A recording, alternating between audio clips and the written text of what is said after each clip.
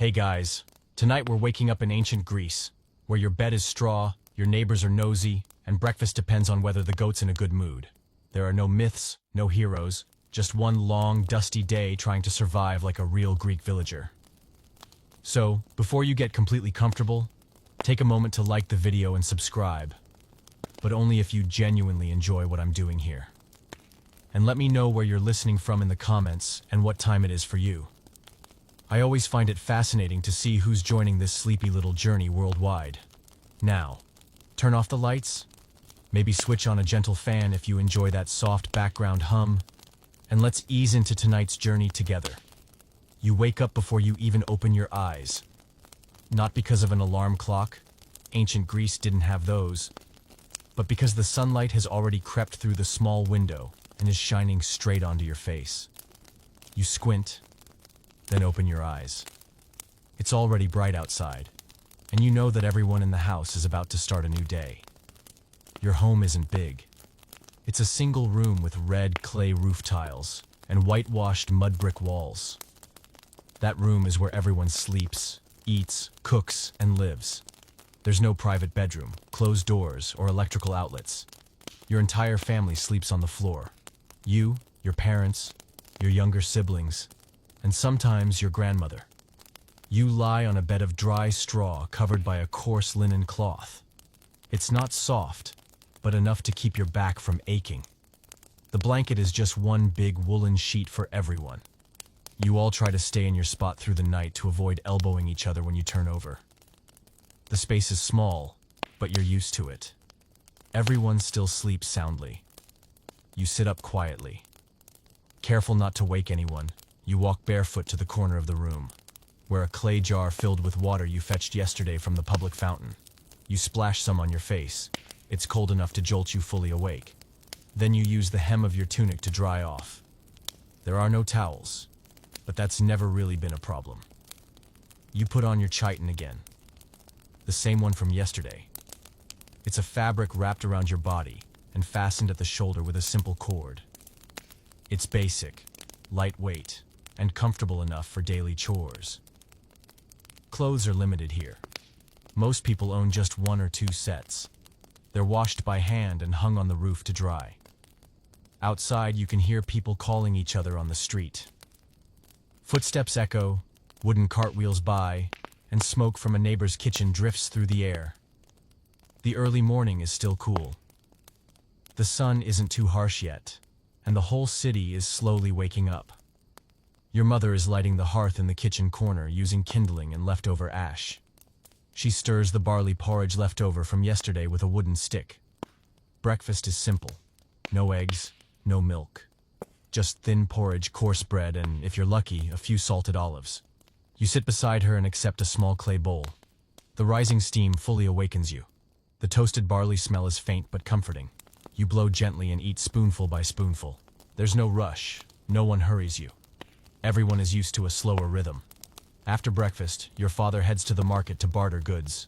Your mother stays behind to clean and wash laundry.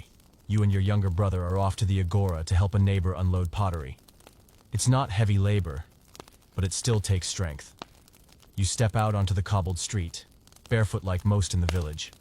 Sandals exist, but they're for long journeys or special festivals. The houses around you look like yours. Simple, packed close together. Laundry strung between wooden beams. Children are skipping rope.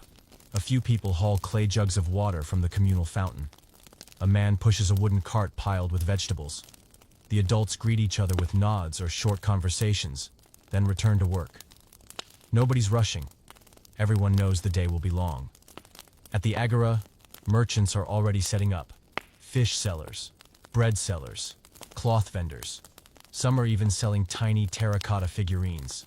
The vendors aren't loud, but their calls form a steady rhythm. Each person knows their spot, their regular customers, and the goods they believe in. You help unload jars from a wooden cart, stacking them neatly. The merchant pays you with a piece of bread and some dried figs. You thank him, then sit on the steps to rest. The sun is climbing higher now, but it's still bearable. Nearby, an older man with a silver beard sits with a group of young men. They're discussing city laws, civic duties, and philosophical questions. No shouting, just quiet curiosity and exchange. You don't understand all the words, but the calm atmosphere makes you want to listen. People hear each other here. At midday, you return home. Your mother has prepared more barley porridge with greens and a salt pinch. Lunch isn't extravagant, but it's enough. The whole family gathers around a small wooden table, eating quietly. The only sounds are clinking bowls and the fan-like breeze outside. The afternoon is sun-drying laundry, tidying the yard and mending torn clothes. Your mother sits and patches fabric. You might be asked to fetch tree bark or leftover ash for fuel. There's no homework, no schedules. But there's always something to be done, and no one is idle. That's how a day begins in ancient Greece. Not grand, not noisy, but not boring either. Everyone survives through effort, living in nearly identical homes with a simple and slow rhythm. You're not a hero, not a philosopher. You're just a regular person beginning another day with a bowl of thin porridge and the light of morning. And the whole day still lies ahead of you. Your mother lights the fire early. You hear the soft clink of a wooden stick stirring ash in the clay oven. Smoke rises gently through the small roof opening. The scent of charcoal mixed with yesterday's reheated barley bread forms a smell familiar enough to wake up an empty stomach. You're sitting on the floor, legs still numb from sleeping on your side too long. Your younger sister is still asleep, her knee resting on your leg as if she hasn't moved all night. In the corner, your father returns from the public fountain, balancing 2 full clay jugs of water. He strolls and gently sets them down near the hearth. No one speaks. Everyone knows what they need to do each morning. You return to wash your face with water from one of the fresh jugs. The coolness snaps you fully awake. There's no soap, just water and the edge of your tunic to dry your face. No one here is fussy. Clean is enough.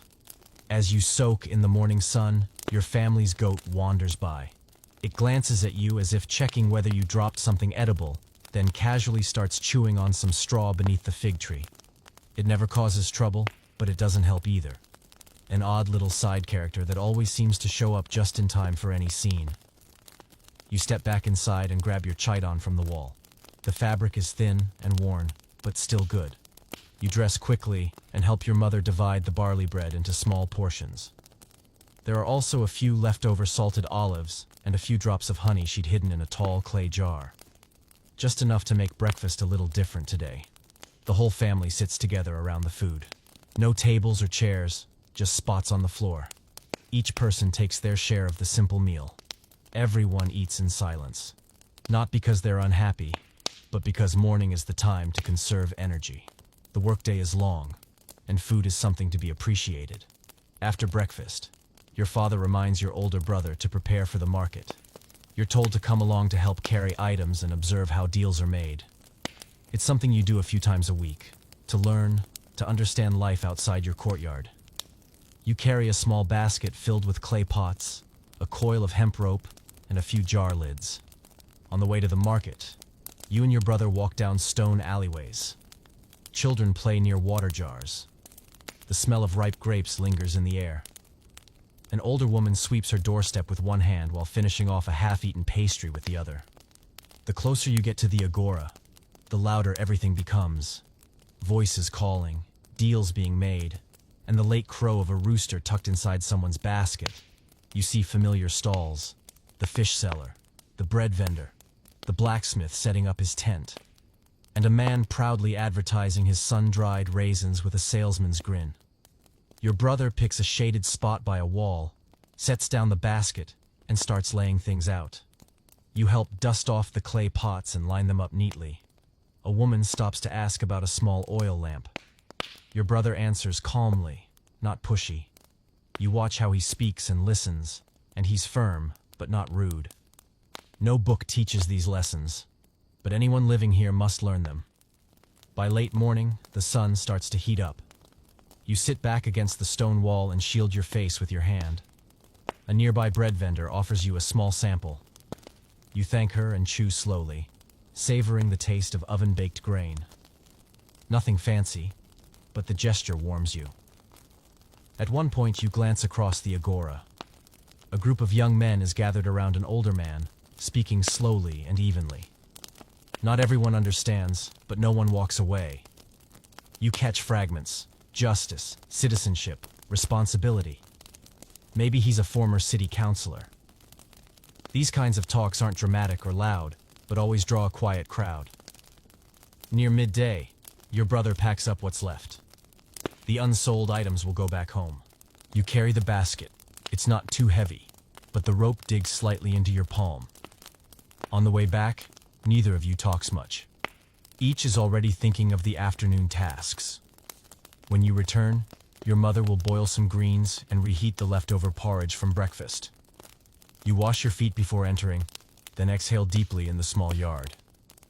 The goat is still lying in the shade, chewing on something unidentifiable. Your mother ladles porridge into bowls and hands them out. Lunch is simple too, but it tastes better after a morning's work. You eat slowly, occasionally glancing toward the window. The sunlight is harsh now, but it's still cool inside. Afternoons in ancient Greece are always quiet. Few people are out. Most are resting, saving their strength for later. You lean against the clay wall, listening to the wind rustles the vines outside the porch, and feel your eyelids grow heavy. Another morning has passed. There are no big stories. There are no dramatic events, but complete of all the small things that make an ordinary day feel complete. And in the end, that's what matters most. Not long after you'd finally dozed off, the soft clinking of dishes in the kitchen corner woke you again. Not because anyone was being loud, it's just that life here happens all in one shared space. Your midday nap lasted only as long as a patch of shade, then faded back into the rhythm of life, continuing as if it had never paused. Your mother was already preparing tomorrow's breakfast. Yes, breakfast, even though it was still midday. Maza bread must be baked beforehand to be reheated quickly in the morning. It saved firewood, time, and, well, the way things had always been done. You saw her kneading dough in a large clay bowl. The dough was made from coarse ground barley, unsifted, unrefined. No yeast, no milk, nothing but water and a pinch of salt. It was kneaded by hand, divided into small portions, then baked on hot stones or buried under warm ash. Each flat, slightly dense loaf weighed about the size of a palm. You'd tried baking once, burned the whole batch. Your mother laughed and said burnt bread was still edible, just with extra water. After that, you stuck to kneading. Baking was left to the adults. In the courtyard, your father was inspecting the water jars. One had a crack near the neck. It would likely need to be swapped out at the market tomorrow. Items like that were used until they were truly unusable. Each jar played an essential part in daily life. Meanwhile, your mother handed you a simple task: pitting salted olives. You had to squeeze them gently, discard the pits, and store the flesh in a small jar of oil for later. It would be eaten with bread in the morning, if there were enough olives. Sitting in the shade, you worked quietly. Your fingers were a bit oily, but the smell was pleasant. A bee drifted past, hovered over the rim of the water jar, then zipped away. The air was warm, but not oppressive. A breeze rustled the vines above. On days like these, people asked for nothing more. The afternoon slipped by unhurried. No one rushed, but no one was idle either. Everyone had something small to complete before nightfall. Your little sister was weaving hemp rope. Your grandmother was mending a torn corner of a tunic. The cloth patch had been saved for years for this kind of repair. You were starting to feel hungry. Lunch had been light, and the morning had been long, but no one here snacked. Between main meals, your body was expected to rest and your stomach to practice patience. Occasionally, your mother might hand out a dried fig or a leftover piece of bread, but not usually. You thought back to this morning when the whole family sat around the mat, each with a piece of cold barley bread. Everyone dipped it in diluted grape water to soften it, chewing slowly. No one complained. No one expected more. Every breakfast was the same, and no one called it miserable. It was just normal. Still, if you were someone newly arriving here, breakfast might shock you the most. No eggs, no milk, no fresh fruit, no tea, no coffee. Nothing warm except the breath of the person beside you. The only star of the show was barley bread, maza, coarse flour mixed with water, shaped into discs, baked, and cooled. No butter, no jam. Eaten dry or dipped in diluted grape must. It sounds simple, and it is, but it's the pillar that carries the whole day. And the grape water? It's nothing like the juice, you know. It's watered down to disinfect regular water and help the bread go down more easily. Slightly sour, no ice, not cold, and never served in a glass, just clay cups or earthen bowls. You'd heard that wealthier households might have cheese, dried figs, or even salted fish for breakfast. But that was a luxury. In your home, it was not the norm. Whenever olives or honey showed up, it felt like a mini celebration. One time, your mother smiled when she found a fig in the basket that wasn't bruised, and the whole family divided it, each person taking a corner. Mornings didn't last long. The sun rose fast. Once breakfast ended, everyone got to work. You went with your father or older brother to the market. Your sister helped your mother clean. Your grandmother stayed home doing quiet tasks. No one had the time or the leisure to sit around and complain about breakfast. But if you're from the modern world, arriving here might leave you underwhelmed. Nothing is steaming hot. No rich coffee aroma wafting through the house. There are no clinking plates or the sound of a toaster popping. Everything here is quiet, steady, and so simple. It might make you feel like you've entered a time that wasn't made for people who love elaborate breakfasts. Yet, in that simplicity, you see life here more clearly. People don't eat for pleasure. They eat to live, to work, to keep going through long, sun-drenched days, walking over stone paths, under shared rooftops. And maybe, only when you've grown used to those plain mornings will you truly begin to understand how ancient Greeks lived. With restraint, with routine, and with quiet gratitude for life's smallest offerings. By late afternoon, the sun had softened. You took the chance to head out to the back courtyard and fill the large clay jar for bathing. There was no private bathroom, shower head, or hot water cascading from above. Here, cleaning yourself meant setting up a whole little ritual. First, you fill the water jar to the top. Then you placed a cheap bottle of olive oil nearby, not for eating, but for bathing. In ancient Greece, olive oil wasn't just a cooking staple. It replaced soap. It helped remove dust and sweat and kept the skin from drying out, especially when you spent most of your days under the sun. You poured a bit of oil into your palm and slowly rubbed it across your neck, shoulders, and back. Every motion was slow and deliberate. There was no mirror, no strong spray of water. Only the last golden light of day filtering through brick walls and the gentle scent of oil warming the air. Once your skin was coated, you reached for a strigil, a curved metal scraper of bronze or iron. Not sharp, but sturdy enough to scrape away the oil, now clinging to a layer of dirt and sweat. Using a strigil took a little skill. You drew it gently from your shoulder to your elbow, from your back down to your waist. In the stillness of the courtyard, the scraping sound was crisp and clear. It felt cool initially, a little raw if your hand pressed too hard. But over time, your body adjusts to it. You repeated the motions until you felt clean. Then, one ladleful at a time, you poured cool water from the jar over your body, from head to toe.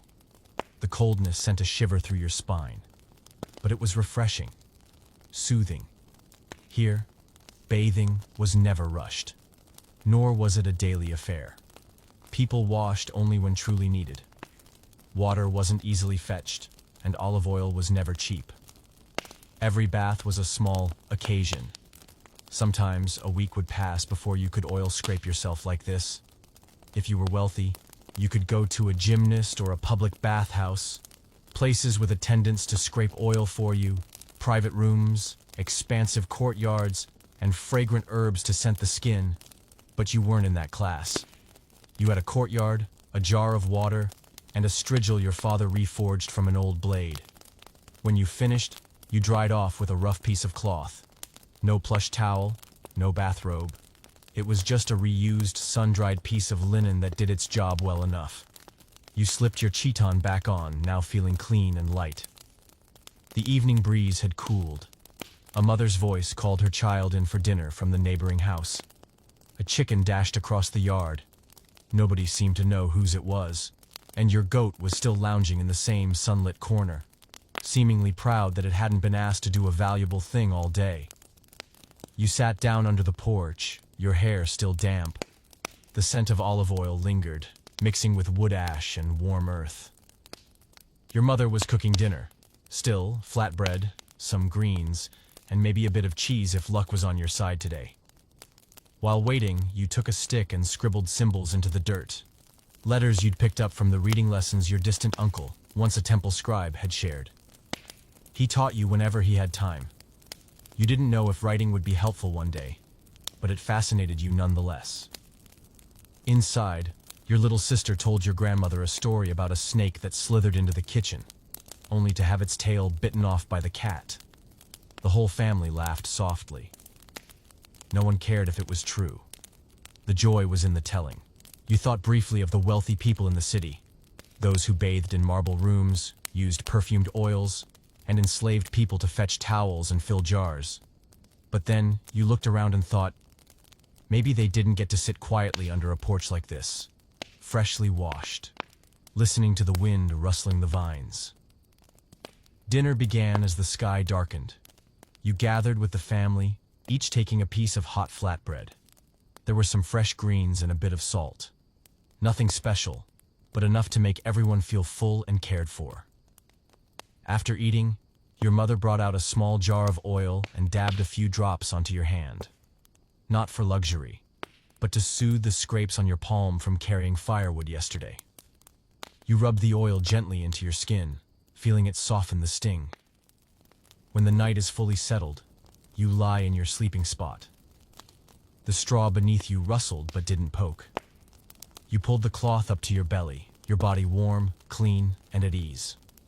You didn't know what tomorrow would bring, maybe another crowded market day, another hot journey to fetch water. But right now, with your body washed, the wind cool, and the crickets beginning to sing outside the house, there wasn't anything left to worry about. Another day in ancient Greece had come to a close, simple, slow, but complete. And you'd lived through it fully, honestly, and humanly. The next morning, you woke up a little earlier than usual. The air was still cool, and the sun hadn't yet warmed the earthen floor. You sat up, stretched your back, and looked around the room. The rest of the family was still asleep. Only the sound of the cat scratching at a wooden post and the wind slipping through the door cracks had woken up ahead of you. You stood, walking barefoot into the courtyard. The water jar from the night before was still full. You ladled some out to wash your face, then dried off with the edge of your tunic. There was no mirror, but you could feel the alertness spread through your body. A morning breeze gave you a slight shiver, and that's when you realized you weren't wearing anything. You stepped back inside to find your usual chiton hanging by the wall.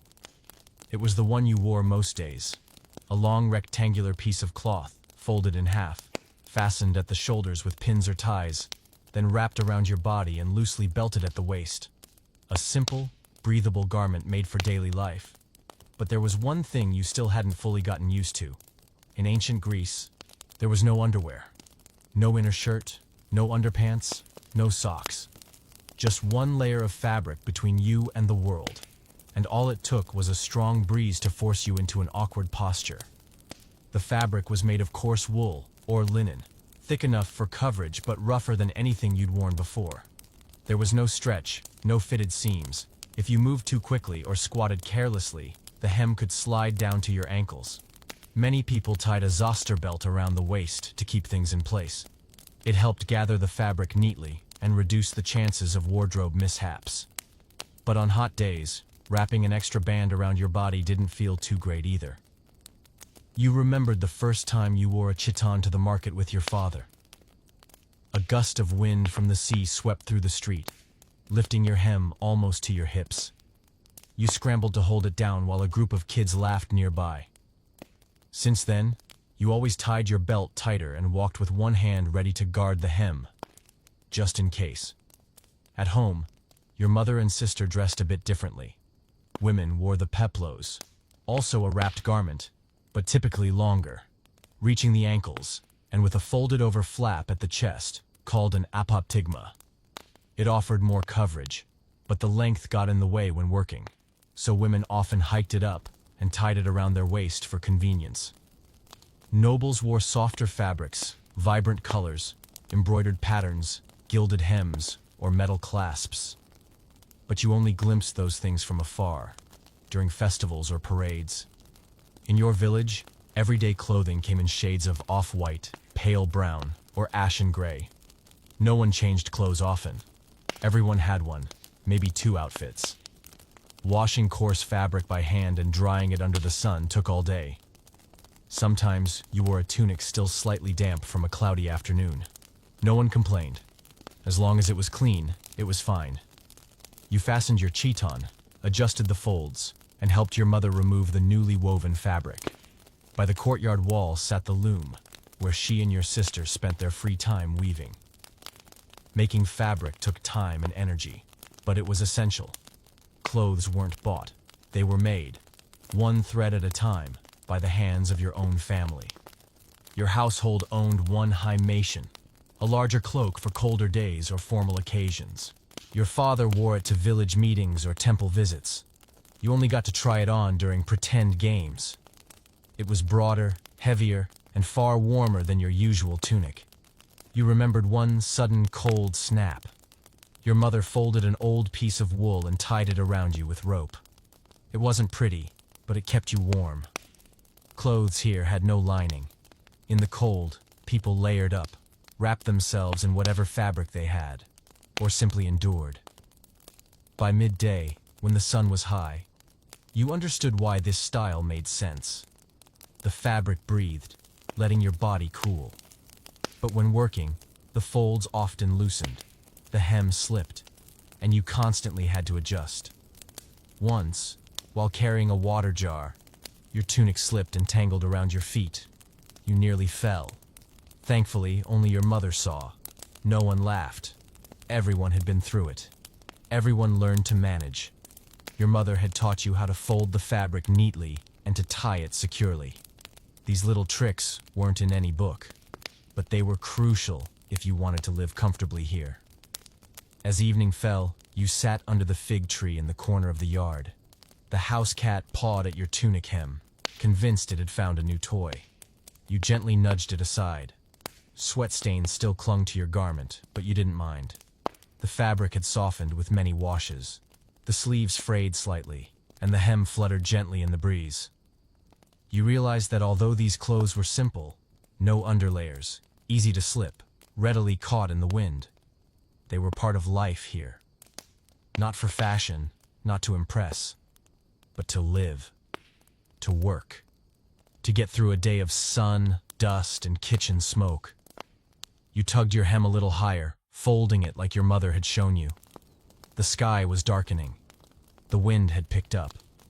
And you didn't want another stray gust giving you another memorable day. The next morning, you woke just as sunlight spilled through the window. Warm golden rays landed directly on your sleeping spot, making it impossible to ignore even with half-closed eyes. A rooster called out in the yard in lazy intervals, accompanied by the familiar sound of your goat scratching at the dirt, foraging for breakfast. You sat up, your back slightly sore from sleeping awkwardly. Your tunic was twisted, evidence that you'd tossed and turned more than usual during the night.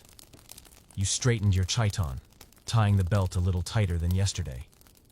The lesson from yesterday's surprise gust of wind was still fresh in your memory. Your father was already preparing to head out, and your mother was folding a bundle of freshly woven cloth. You were assigned a task. Go to your uncle's house at the end of the street and fetch a bundle of firewood arranged the day before. Not too far, but far enough that you'd be walking over a few stone-paved streets. Barefoot, of course. You picked up a small cloth sack, waved goodbye to your family, and stepped outside. The sun was already climbing, its light spilling down the street. The paving stones looked as though they'd been sun-dried all night. As you stepped onto them, you could feel a slow heat rising from below. It's not burning, but not gentle. In ancient Greece, footwear was a luxury. The wealthy might own thick leather sandals with straps winding up the ankle. Ordinary folk like you often went barefoot, or, if lucky, wore simple woven sandals your father might have crafted from rope or flax. You did own a pair once, rough but functional, but the straps broke last week. Your mother was still figuring out how to repair them, so for now, it was just your familiar bare feet against the road again. The path wound between houses with whitewashed walls and terracotta roofs. Dust rose gently with each step. You avoided sharp pebbles, stepped around cracks, and dodged damp patches where decaying leaves clung to the stone. And then came the inevitable: goat droppings. No one cleaned up after the animals. There were no carts for waste collection. Goats roamed freely through the village, leaving their gifts wherever they pleased. Sometimes it's just a scattering of dry pellets. Other times, it is a complete minefield. You leaped sideways, narrowly missing a particularly ominous pile. But your landing landed you on a slightly slick stone, sending you lurching forward. You caught yourself against a neighbor's wall. No one seemed to notice. Or if they did, they were too used to such things to care. When you arrived at your uncle's house, he was coiling rope in the shade. The bundle of firewood was already waiting, tied neatly. You bowed in greeting, then hoisted the bundle onto your shoulder. It wasn't too heavy, but under the midday sun, everything seemed heavier. You picked up the pace on the way back. The sun was glaring now. The stones beneath your feet grew hotter by the minute. You scanned the road for shade, the edge of rooftops, the base of trees, the cool shadow along house walls. But not every path offered shade. You moved quickly, toes lifting with each step like crossing a hot grill. You didn't cry out, you didn't complain. But inside, you were counting down each meter. Back home, you dropped the bundle by the hearth with a relieved exhale. Your mother handed you a small clay cup of diluted grape juice. You drank slowly, then looked down at your feet. A few red spots, a small scrape. Nothing serious. I just needed a rinse. You sat on the stoop, wiping the dust from your legs with a damp cloth. Your cat wandered over, sniffed your toes, and then turned away with a look of quiet judgment. Maybe it was the smell of sun-baked stone, or you just stepped in something unfortunate. Your mother said she'd try to mend your sandals again, but reminded you that walking barefoot was a good way to learn the land. You didn't argue, though deep down, you longed for something soft between your feet and the sun-scorched stone. As you rested, your mind drifted back to when you first started going barefoot. Your soles used to be soft, tender, and easily scratched. But after a few months, you could walk nearly all day and only feel a dull ache. The calluses had formed. Not pretty, but a sign that you were adapting. You once asked your father why no one made everyday shoes for people like you. He chuckled and said, "Greek feet were made for stone." It sounded simple, but it was true. This place was not built for softness. You were sent to fetch water from the village well that afternoon since the spout near your house had run dry.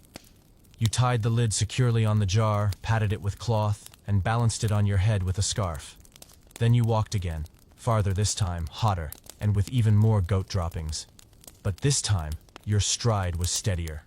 No flailing, no slipping. You didn't hop over every stone or panic at every pile. You had learned to read the road, judge the shadows, and time your steps across the sizzling rocks. And slowly, just a little, you realized you were becoming part of this place. The sun, the dust, the heat beneath your feet, and even the small annoying realities like goat poop. They no longer felt foreign. And you knew, tomorrow, you'd walk that road again, still barefoot. You return home just after the sun passes its highest point. Your shoulders ache from carrying water, and your feet are still warm from walking over stone roads. The walk from the village well wasn't far, but each step felt like walking on a griddle under the sun. As you set the water jar down in the courtyard, your mother gives you a satisfied nod. She pours you a cup of diluted grape juice, and you sip it slowly, wondering, why don't people build taller houses here to catch more breeze and stay cool? The answer lies right in front of you, in the very house you live in. Homes in ancient Greece typically had only one story, rarely two. They were built from sun-dried mud bricks, straw-reinforced clay, limestone, and wood. The walls were thick and painted white to reflect sunlight. Roofs were layered with red terracotta tiles, stacked tightly together, some cracked but still reused. You live in one of those houses. Small, simple, with only one or two rooms. No glass windows, no ceiling fans. There is no fireplace for winter, and no air conditioning for summer. Windows are small square holes, sometimes covered with rough cloth or thin wood. On hot days, the inside of the house holds heat surprisingly well, maybe too well. Sometimes, it feels like living inside a slowly heating oven. You rest under the eaves, the coolest spot in the house during midday. One side is a white wall. The other is a canopy of grapevines trailing over a bamboo trellis. Sunlight filters through the leaves, scattering golden specks onto the ground. A soft breeze comes through the cracks in the door, carrying the scent of dust and damp lime plaster. Inside, the floor is compacted earth, smoothed and sprinkled with ash to keep it clean. It's not as glossy as tile, but cool enough for bare feet. Every morning, your mother sweeps it with a straw broom, sprinkles it with water, then wipes it down with a cloth. Cleaning is simple, but essential. You wander around the house, passing familiar sights: the water jar by the wall, the basket of fabric near the hearth, the low wooden table used for eating and writing, and a small shrine made from a few stacked bricks where your family honors the household gods. The walls are painted white with lime wash, reapplied in thin coats whenever cracks appear. Some spots still bear traces of cooking smoke or floury handprints. No one scrubs them off. They're part of daily life. Honest, unvarnished, unpretending. The roof is tiled in red clay, and beneath it run thick wooden beams. In summer, the ceiling traps heat well into the evening after a full day of sun. Even at night, when the house is quiet, the air feels warm, like lying near a fire long gone. The sleeping area is also the living room, the dining room, and sometimes the workspace. Everyone lives together in one shared space. No partitions, no doors. Each person has a small spot for their belongings, usually stored in a low wooden chest or cloth bags hanging from the wall. You have a small pouch where you keep your items, a length of twine, a smooth stone for sharpening your reed pen, and a half-finished embroidered cloth. You guard them carefully, each one handmade, not easily replaced. On cooler days, your mother opens the front door and the small window wide to let the air circulate. The breeze brings in sounds from the neighbors, wooden wheels clacking on stone streets, and sometimes the scent of ripening grapes from the next courtyard. You used to think it'd be wonderful to have an upstairs, to see the streets from above, or a tall roof to dry laundry without worrying about sudden rain. But here, multi-story homes are uncommon. Land is limited. The sea wind comes quickly and fiercely, and low houses hold up better in storms. And besides, people don't want to live far apart. Your whole family stays close. When someone coughs, everyone hears. When someone talks in their sleep, everyone chuckles. There's no privacy, but there's no loneliness either. At first, you thought it was not very pleasant, but gradually, you adjusted. You grew used to hearing your mother's steady breathing at night, to the sound of your sister shifting in her sleep, even to your father's quiet footsteps at dawn. They became part of the house, not in brick or wood, but in presence and sound. Later that afternoon, you help your mother sweep the yard and adjust a few loose tiles on the roof. Your cat climbs onto the sunniest spot on the rooftop and sprawls out, perfectly content. That spot is too hot to touch at noon, but it's just right now. You chuckle to yourself. Even the cat knows where the sweetest corners of this little house are. As the air cools, your mother rekindles the hearth and prepares dinner. Smoke rises gently from the clay stove, like a sigh at the end of the day. You step back inside and feel the lingering warmth from the tiles and walls. It's unpleasant, but you're no longer surprised by it. And you know that when the family is asleep tonight, the roof tiles will still hold on to the day's heat, just enough to keep you warm through the night without needing a heavy blanket. This morning, your father gave you a new task: deliver a coil of flax rope to your cousin's house on the far side of the city. Nothing major, but the moment your bare foot stepped out into the sunlit courtyard, you sighed inwardly. Another day of walking. In ancient Greece, walking wasn't just the most common form of travel. It was nearly the only one. There were no bicycles, no personal ox carts for commoners. Horses? Forget it. Horses were for the rich, the warriors, and the statues of Olympic champions. You, on the other hand, are just an ordinary person. Very ordinary. So you tied the bundle securely, placed a cloth cap on your head, and set off on your early morning walk, just as everyone else did daily. The road from your familiar neighborhood was paved with large stones, neatly laid but not smooth. Uneven chunks of rock and gaps between slabs formed little traps that made you watch every step. You walked steadily, not too fast, not too slow. On either side were small houses like yours, white walls, red roofs, and slightly ajar wooden doors. An older woman watering her plants, a child chasing a cat. People greeted one another with nods or a few polite words. There were no car horns, no engines revving, only the sound of footsteps, wooden cartwheels in the distance, and birds chirping from the grapevines that draped the eaves. Occasionally, you pass a wooden pushcart pulled by a sturdy man. It might be loaded with jars, pottery, or sun-drying grapes. But carts were for business, not leisurely riding or getting around more comfortably. The main roads connecting public squares were a bit wider, but not enough for two carts to pass side by side. You remembered watching two ox carts try to squeeze past each other at a curve. It took nearly half a morning and several heated arguments to sort it out. You'd heard that in Athens, the roads were thoughtfully planned, with ramps for porters and stone bridges for the rainy season. But you'd never been that far. For you, transportation meant 2 feet, sun-drenched paths, dusty streets, and the occasional animal dropping, waiting for an inattentive step. You paused beneath a tree near a public well.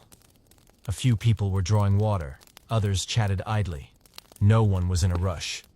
Clocks didn't measure time here, but by light, shadows, and the number of times the roosters crowed. After a few sips of water and a short break, you continued. The deeper you went into the city, the busier the streets became. More people carried goods, children played, and now and then, you'd spot a small festival procession with flower garlands and handheld instruments. You stepped aside, let them pass, and resumed your walk.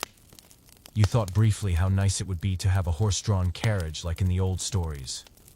But then you remembered, horses were expensive, hard to feed, and they left quite a few souvenirs on the road.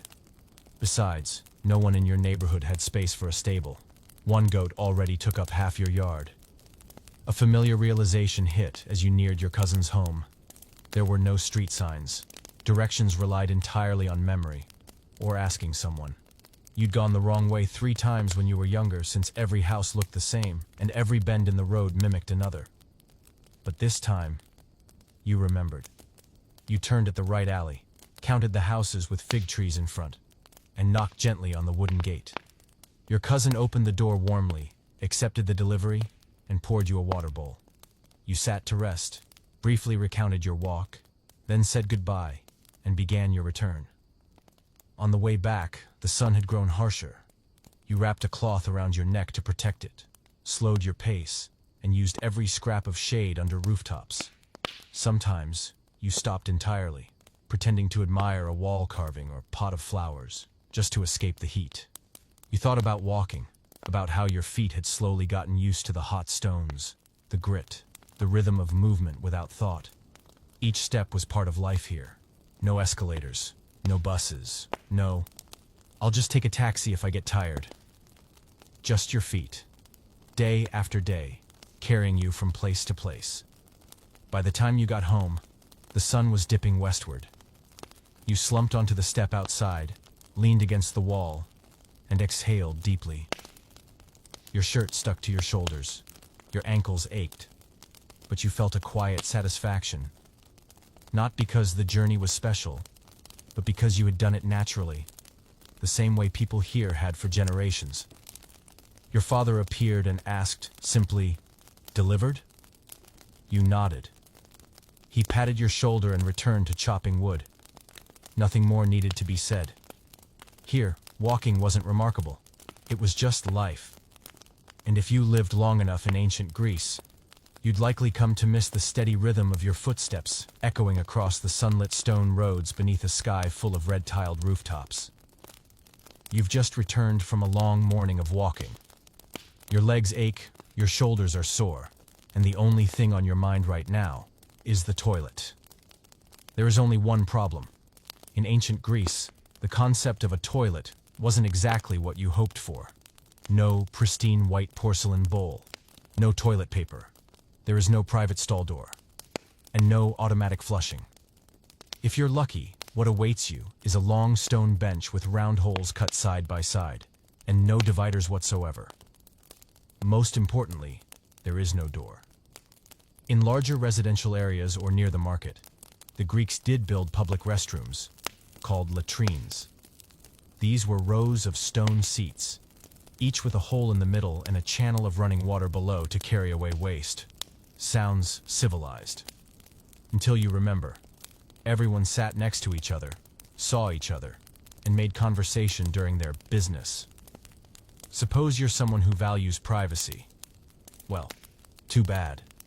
Relieving yourself as a part of public life, and sometimes even part of your social life.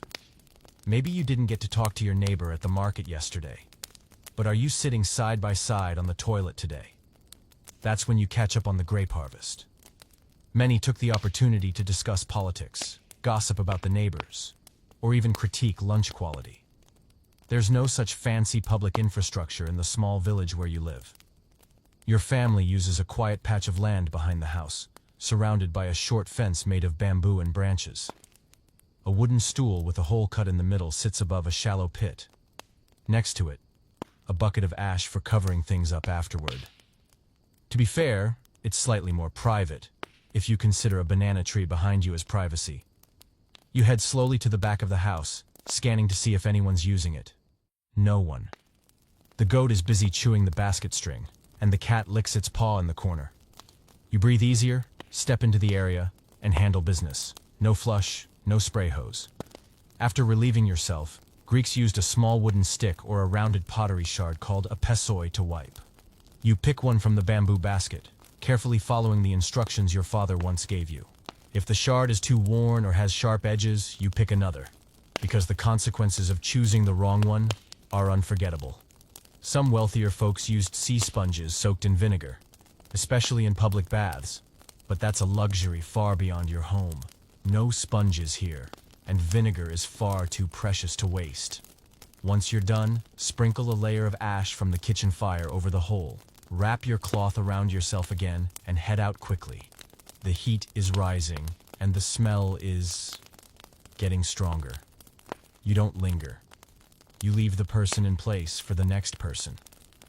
You've heard stories of people slipping mid-business, and of snakes slithering into the pit, scaring the life out of unsuspecting squatters. Since then, everyone knocks on the seat before sitting down, just in case. When you told your mother this, she laughed and said, "Now you understand why no one spends too long in there."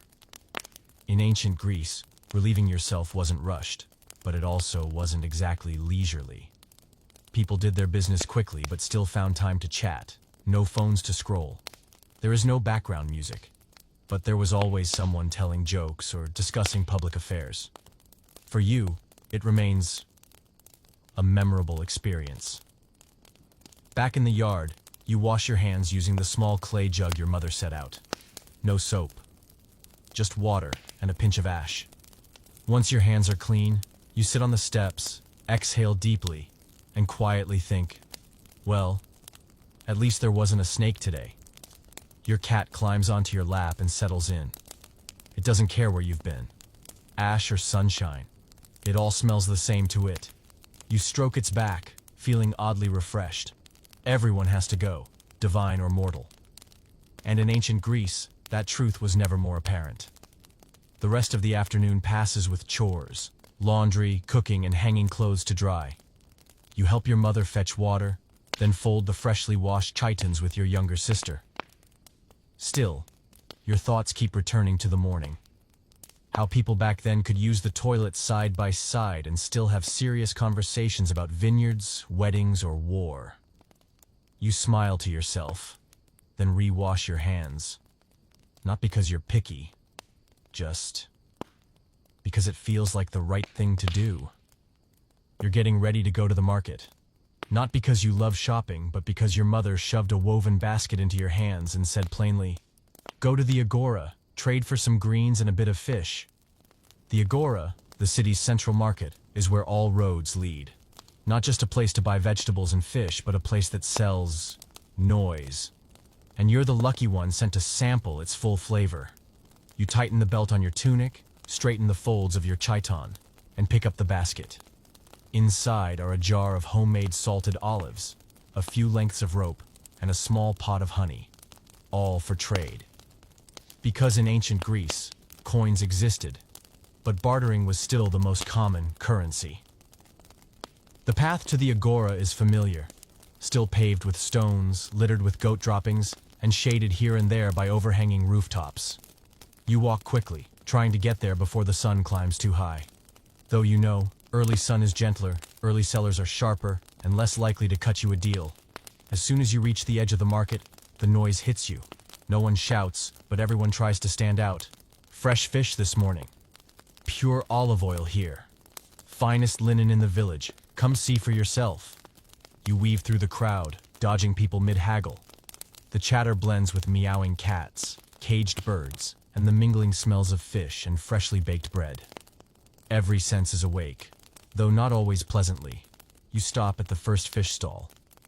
A curly-bearded man flies away with his hand. His eyes light up when he sees your basket.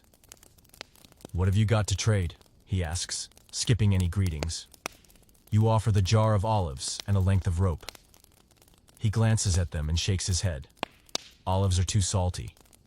Rope's nice, but too short. Bring another jar, and we'll talk. Before you can reply, he's already pitching to someone else. Here, bargaining isn't a drawn-out dance. No begging, no polite refusals. If you don't like the deal, move along. If you hesitate too long, someone else takes your spot. You head to the vegetable stall. An older woman is arranging herbs in a basket. You offer the honey. She sniffs, tastes a bit, then nods. In return, you get a bundle of greens, a few dried figs, and a bulb of onion. This trade is a success. No receipts, no quality checks or expiration dates. Everything runs on instinct, reputation, and how charming you can be. You remember once, a friend traded sandals for a jar of oil, only to find it leaking at home. When he returned, the vendor was long gone. No refunds, no returns. If you didn't inspect it well, that's on you. You continue. Across the way, a pottery stall. A woman tells a customer, "This pole lasts 3 seasons, unless you drop it." That is a clever line. She promises nothing yet gives a sense of reassurance. You know there's no warranty here, but a good pitch still carries weight. You stop by a bread stall. An older man is baking barley cakes on hot stones. The scent fills the corner of the market. You ask softly, "Will you trade one for a bit of flax rope?" He eyes you, then nods. You pass the rope, take the bread, and bite into it. Warm, soft, with a hint of smoke. There is nothing better during this bustling morning. At one point, a fabric seller calls out to you, "That chiton would suit you.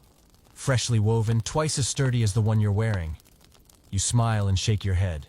No one buys new chitons unless the old one fails to do its job. And you know if you stop, he'll spend 15 minutes trying to convince you otherwise. You squeeze back through the crowd and head home. Your basket now holds greens, some dried fish, bread, and a bronze button you found on the ground. It's not a bad haul for a morning at the market. You slow your pace, watching the people still haggling, an old woman bargaining over every coin. A shopkeeper is trying to double his prices, a child begging for cake. Two men are arguing over a misweighed basket. The agora isn't just a marketplace, it's where everything happens. Commerce, debates, performances, gossip, news. A day without it is a day outside the current of community life. And in a place with no price tags, the better haggler always wins. Back home, you hand your mother the basket. She checks inside, then smiles. "Not bad," she says. You don't reply, just nod and wash your hands. You know you'll likely be back tomorrow. You might get overcharged. You might trade for a cracked pot. But you're learning to navigate a world without receipts or refunds, where every glance, word, and bargain is a chance to sharpen your skill. The sun has started to lean westward. You've just returned from the market, sweat clinging to your back, but your heart is content with the morning's results. Your mother inspects the basket and nods approvingly at the fresh vegetables and intact barley bread, untouched by stray market cats. That's a win. Lunch is being prepared. In the kitchen, your mother pounds a few cloves of garlic with herbs, the sharp scent drifting out into the yard. On the wooden table sit a bowl of olive oil, a basket of barley bread, a few slices of goat cheese, and a handful of dried figs you bartered for earlier. There's no scent of roasting meat, no bubbling stew. But still, it's a proper lunch by ancient Greek standards. You wash your hands with ash water, dry them on your tunic, and sit cross-legged on a mat spread low on the ground. Everyone slowly returns home. Your father finishes chopping wood. Your younger sister returns from the garden holding a bunch of wild mints. The family gathers around the meal. No one speaks much, but the eyes around the table are bright. Lunch begins with a slice of maza, thick, slightly tough barley bread that needs dipping in oil or grapes to go down easily. You soak it in a little olive oil, take a bite, and follow it with a spoonful of herb salad mixed with garlic and cheese. The light richness of the oil, the bite of the garlic, and the salty tang of the cheese create a familiar harmony, simple but never dull. The fanciest item today is a few slices of dried fish you managed to trade for just before the market closed. Your mother breaks them into small pieces and shares them evenly. Salted, sun-dried fish, no sauce or spices, but treated like delicacies. Everyone chews slowly, trying to savor the flavor as long as possible. You notice your father is taciturn, not because of the food, he's never picky, but because someone mentioned this morning that the price of grain is rising. If true, the next harvest might fetch more oil in return. He mutters a few words to your mother and then returns to chewing his bread. Your sister chimes in. "Uncle Six said the goats are having many babies this year. That means milk will be cheaper." You're not sure where she heard that, but it makes your mother laugh out loud. No one bothers verifying sources. Around here, meals are a time for stories. Some true, some hearsay, some half-truths, seasoned just for amusement. You add your tale from the morning market, about a woman who haggled for half the day to buy a bunch of scallions, then forgot them on the stall counter. Everyone chuckles. Your mother nods knowingly. That's the market for you. You go out for vegetables and come home realizing you left the person you went with. You follow up with a story about a boy chased by a goat after hiding barley bread behind his back. Your sister giggles. "Lucky it wasn't our goat, or he wouldn't have had time to hide anything." The meal continues, warm and easy. No rush, no clocks. Here, time is measured by sunlight. When the tree's shadow stretches across the yard, it's lunchtime. When it disappears, it's time to return to work. You wipe your mouth with your hand and lean back against the wall, eyes closed for a moment. Not out of sleepiness, but because your stomach is full. Your heart is calm, and a cool breeze drifts through the thatched roof, carrying the soft scent of leftover olive oil. One thing you've noticed: meat is rare in meals. Chicken, lamb, and pork are expensive luxuries, usually reserved for festivals, feasts, or sacrifices. Your family eats mostly plant-based meals, and you've grown used to bread, greens, dried fish, and cheese. Meat isn't absent, just not for everyday life. Everyone understands that, and no one needs meat to feel like they've eaten well. Your mother once said, "A thin slice of fish, eaten when hungry, is worth more than half a chicken on a full stomach." You finish the last bite of bread and help your mother clear the dishes. Water is limited, so everything is rinsed briefly and dried with cloth. The plates and bowls are made of pottery, fragile, so everyone handles them gently. Breaking one might mean a week's wait to replace it. After the meal, the family rests for a bit. You lie on a mat by the porch, staring at the grapevine overhead. Sunlight filters through the leaves, casting golden spots on the earthen floor. A breeze passes through the doorway, light as breath. Your father begins telling a story from the old days, about a time in the army when he had to eat dry bread for 3 days because it rained too hard to light a fire, about a tentmate who lost a piece of fish to a passing cat just as he was about to eat it. Everyone laughs. Not because the story is fantastic, but because of how he tells it. Slow, steady, with the rhythm of a long poem spoken aloud. You close your eyes. The birds are growing quiet. The stove has gone cold. The scent of lunch still lingers faintly in the air. And your belly, even without ribs, pizza, or iced tea, is perfectly content. A Greek lunch. Little meat, lots of bread, and a whole lot of stories to go with it. After a belly-full lunch, your whole household settles into a quiet rhythm. No one speaks loudly. No one tries to squeeze in extra chores. The sun stands high above, casting harsh beams straight onto the courtyard, bouncing off the whitewashed walls until they nearly blind you. You know the signal well. It's time for the midday nap. In ancient Greece, napping isn't laziness. It's an essential part of the day, almost a ritual. There's no air conditioning, no electric fans, just heat, breeze, and heavy eyelids after a morning of walking and chores. And so, the midday nap becomes everyone's small salvation. You lie on the porch, the coolest place at this hour.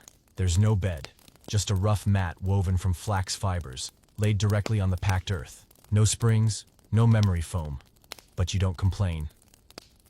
After walking to the market, bartering, and tidying the house, the ground feels like the only cool mattress left. Everyone else picks a spot. Your mother lays near the cold hearth. Your sister sprawls out on an old blanket. Your father props his legs on the doorstep, shielding his face from the sun with one arm. No one lies in a bed, because there is no bed. Beds are for the wealthy, framed in wood, padded with wool, and dressed with embroidered pillows. Your home has floors, mats, and a few straw-stuffed cushions, lumpy in places, sagging in others. But you've grown used to them. They're enough. You curl up and pull a thin cloth over your belly, not for warmth, but to keep the flies away. Your cat hops up beside you, curling its back against your arm. It falls asleep faster than you do, and you are envious of how easily it sleeps. Heat or no heat. A breeze moves lazily through the porch. The grapevines shiver slightly. A few leftover drops from the water jar tap gently onto the ground, like a soft drumbeat. In the distance, a child giggles. A wooden wheel rolls slowly down a gravel street. But inside, everything has sunk into hush. You don't fall asleep right away. Your mind still wanders. To the slice of cheese bread, the haggling at the market, tomorrow's chore to fetch ash from your uncles for the garden soil. But your eyes, they begin to close without asking your permission. No one in your house has a private room for sleeping. No one needs personal space for deep rest. Privacy is a luxury here. People sleep near each other, listening to each other breathe, sometimes snore, and sometimes murmur in dreams. But no one minds. The sound of a loved one's breathing makes you feel safe. Sometimes, you wake mid-nap, eyes fluttering open to filtered light slipping through the hanging cloth by the door. You catch your mother gently tucking a blanket around your sister. Your father lifts his head, glances at the sky, then folds his hands back under it for another few minutes of rest. These moments are so simple you don't try to remember them, but they etch themselves deep anyway. Once, you asked your mother why everyone naps, even though people go to bed early. She smiled and said, "Because the sun is hot, people aren't gods. It's not poetic, but you understood it immediately. When it's too hot, tempers flare. When you're full and don't rest, the body pushes back. So, the ancients didn't resist sleep. They accepted it, like wind, sun, and the slow pace of life. You remember napping on the porch and waking to a goat licking your foot. You screamed and woke everyone up. Since then, you've never left your foot hanging off the mat. You once slept too close to the hearth and woke with ash tangled in your hair. Your mother spent the whole afternoon trying to get it out. After that, you learned to sleep well away from smoky corners. These are lessons in ancient Greek napping. No do not disturb signs, no alarm clocks. But also, no one interrupts your nap, unless it's your fault. When you finally wake, the light is softer. Everyone begins to stir, yawning, stretching their arms and legs. Your father sits up, pushes the cloth aside and says, "It's time." No one asks, "What time is it?" Because the sun is still the only clock. You get up and stretch. Your eyes still sting slightly from sleep, but your body feels ready. You fold the mat, dust off your tunic, and rinse your face. The cat's still asleep. It has no tasks. But you do. The nap is over, and the afternoon awaits. Laundry, weeding, and maybe if you're lucky, a trip to fetch grapes for boiling into syrup. You know, each nap feels the same. The same mat, the same sun, the same breath of air. And yet, it's that sameness that brings comfort. You don't need a soft bed. You don't need memory foam. All you need is a patch of shade, familiar breathing, and a breeze rustling the grape leaves. That's enough to carry you gently through the hottest part of the day. A Greek-style nap. No bed, no plush pillows, and absolutely no one naps alone. The afternoon begins with your mother's familiar call. "Get the basin. Time to do the laundry." You sigh softly, not surprised. Every Friday is laundry day, and you've known this was coming. Still, even with that knowledge, there's always a twinge of dread at the thought of battling a week-old chiton stained with dust, sweat, and stubborn blotches of dried fig sap. You grab the clay basin, bundle the clothes in a large cloth, and follow your mother and younger sister to the small riverbank behind the village. It's the only place with enough water and space to wash properly, which also means it's the gathering spot for everyone with the same idea. The river water is clear but cold. No warm tap, no scented soap, no washing machine, fabric softener, or delicate cycle. Here, laundry is literal. Soaking, scrubbing, wringing, slapping cloth against stone, then rinsing, all by hand. You squat by the water's edge and drop your chiton into the current. The coarse wool fabric absorbs the water quickly, turning heavy. You begin to scrub. Your hands go numb from the cold. Your shoulders ache from the low crouch. Your mother sits beside you, rhythmically slapping shirts against a large rock, face calm and practiced. Each strike sends droplets flying, lifting yellow-gray dust from the threads. Your sister, across from you, is wringing a small towel, humming a nursery rhyme. Your task is the chiton you wore for 3 straight days, marked with fish oil, road dust, sweat, and sap from sitting under the fig tree. It now seems to be resisting your every effort to clean it. You scrub it once or twice, then pour water over it. The faint scent of old olive oil rises from the fabric. Not pleasant, but better than sweat. You try to lift it. Your arms feel like stone. "Just beat it against the rock," your mother suggests. You nod, lift the chiton, and slam it hard onto the stone slab. The slap echoes like a thunderclap, drawing glances from those nearby. Embarrassed, you continue, again and again, until the water that drains off runs mostly clear. You ask, "Why don't we use something to clean faster?" Your mother smiles and points to a small jar of wood ash. "This works better than soap.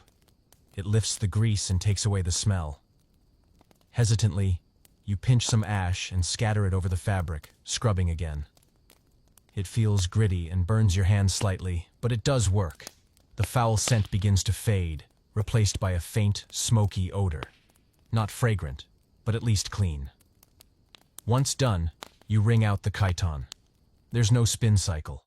You twist it with all your strength, squeezing it until it drips slowly, then lay it flat across a warm stone to dry in the sun. One by one, chitons, towels, and cloth strips line the rocks like pale flags fluttering under golden light. The afternoon breeze stirs the fabric. A stray cat walks across the laundry, plopping onto a fresh towel like it owns the place. You shoo it away gently, then dust the cloth. It is too late. Faint paw prints mark the damp surface. You look around. No one has brushes, no one has fabric softener. But everyone is working diligently. One woman sings to her baby while scrubbing. Another tells her life story to a stranger mid-wash. There's no privacy, yet no one minds. Washing clothes here isn't just about cleanliness. It's a time for breathing, talking, and feeling the rhythm of life in the cool current. When the clothes dry, your mother folds each piece, ties them with hemp string, and stacks them neatly into the basket. You help your sister roll up the towels and collect the wooden clothespins. The wind picks up. Shadows stretch long across the river. Wild ducks waddle past, quacking softly. You carry the laundry home, arms sore from wringing but feeling strangely light inside. It's odd how the most exhausting task brings the clearest sense of calm. Back home, your mother hangs the still damp chiton on a wooden beam to dry completely. You sit on the steps, sipping water, watching sunlight glint on the lingering water droplets in the fabric. There are faded patches from the sun and time, but that's normal. No one here wears new clothes every week. A chiton that lasts 5 years is something to brag about. You run your palm over your hands. The skin's rougher now. It's a little raw in places. But you smile. At least the shirt you'll wear tonight will smell fresher than it did yesterday. Doing laundry in ancient Greece isn't fast. It isn't fragrant. It certainly isn't gentle. But it ties people to each other. It ties hands to water. It ties you to this place, raw, honest, and grounded in the most ordinary, beautiful way. That afternoon, just as you finished hanging up the freshly washed chitons, your father called you over with a rare tone of seriousness in his voice. "Today, I'm taking you for a haircut." You paused. Haircuts weren't something that happened often. Partly because your hair never got that long, and partly because no family member could remember the last time anyone had gone for one. In ancient Greece, there were no modern barbershops, no price lists, spinning chairs, or warm water shampoos followed by a gentle comb-through like in those fancy bathhouse murals. You had a man sitting in a corner of the street, holding a sharp blade and talking non-stop. You and your father walked to the agora, the central market square. But instead of heading into the main area, your father turned into a small alley by the side of the market, where a wooden awning offered minimal shade. Beneath it sat a round-bellied man with curly hair, sharpening a blade against a whetstone. "This is Nicandros," your father said. "He's been cutting hair for everyone in the village for 10 years, and he's also the best storyteller in town." You sat on the short wooden stool, trying not to look nervous. Nicandros gave a wide grin and immediately asked, "When was the last time I gave you a haircut? Was it that time you ran straight home without even saying goodbye?" You blushed. Clearly he remembered, though you didn't. There was no mirror. You stared at a rough brick wall, listening to the faint scrape of metal against a wooden comb. Nicandros began, not with scissors, but with a small razor. It wasn't as sharp as you expected, so each cut felt more like your hair was being tugged out of your scalp than trimmed. You winced, but stayed silent. Meanwhile, your father stood nearby, arms crossed, casually chatting with the grape vendor across the road. As if a blade wasn't slowly flaying his child, Nicandros kept talking while working. "Yesterday, I cut the priest's son's hair. Said he wanted it like the Olympians. When I was done, he looked like a goat had chewed off half his head." You stifled a laugh. Not because it was funny, but because you didn't want to shake your head while a blade was near your ear. Hairstyles in ancient Greece weren't complicated. Most men wore short hair and shaved clean around the nape and ears. Like warriors or athletes, young men might grow out the top and tie it back. Older men kept it tidy. No fuss, no hair gel, no blow dryers. When he finished, Nicandros brushed the hair from your neck and lightly sprinkled a few drops of water mixed with olive oil onto your scalp. His version of disinfecting, and maybe an attempt to make you smell slightly nicer. You reached up to feel your hair. Shorter, uneven, but cooler. And no blood felt like a small victory after a haircut without mirrors. Your father paid Nicandros with a barley bread bundle and a few hemp rope cords. No coins were exchanged. In this world, everything could be traded, even a fresh haircut. On the way home, your head did feel lighter, in every sense. The breeze through your hair felt good. You walked with a little more spring in your step, your chiton flapping behind you as if you'd shed 3 years instead of 3 inches. At home, your mother looked at your head and asked, "So why didn't he lop off half your ear like last time?" You smiled. "Because I didn't fall asleep this time." The whole house burst into laughter. Your little sister leaned in, squinting at your hair. "Looks like you lost a wrestling match. You thought about defending yourself, and then didn't." In this place, your hairstyle didn't matter nearly as much as whether your hair stayed out of your eyes while hauling water. A few days later, your hair dried, settled down, and looked tidier. You realized that getting a haircut was much like doing laundry. Nobody liked it, but everyone had to do it. And while it lacked luxury, beauty products, or perfect styling, at least you had Nicandros, a craftsman, a storyteller, and maybe even a bit of an unlicensed therapist. You thought haircuts in ancient Greece weren't about looking good. They were about feeling lighter, staying clean, and knowing you still had some control in a life that rarely offered comfort. That evening, you sat under the porch, a gentle breeze rustling your freshly cropped hair. You didn't need a mirror to know you looked fine. Not because you looked great, but because you just lived another little story in this simple but flavorful life. That afternoon, just as you were peacefully sitting under the porch, enjoying the first breeze through your freshly trimmed hair, your mother called out, "If you're done relaxing, go inside and do your homework." You flinched a little.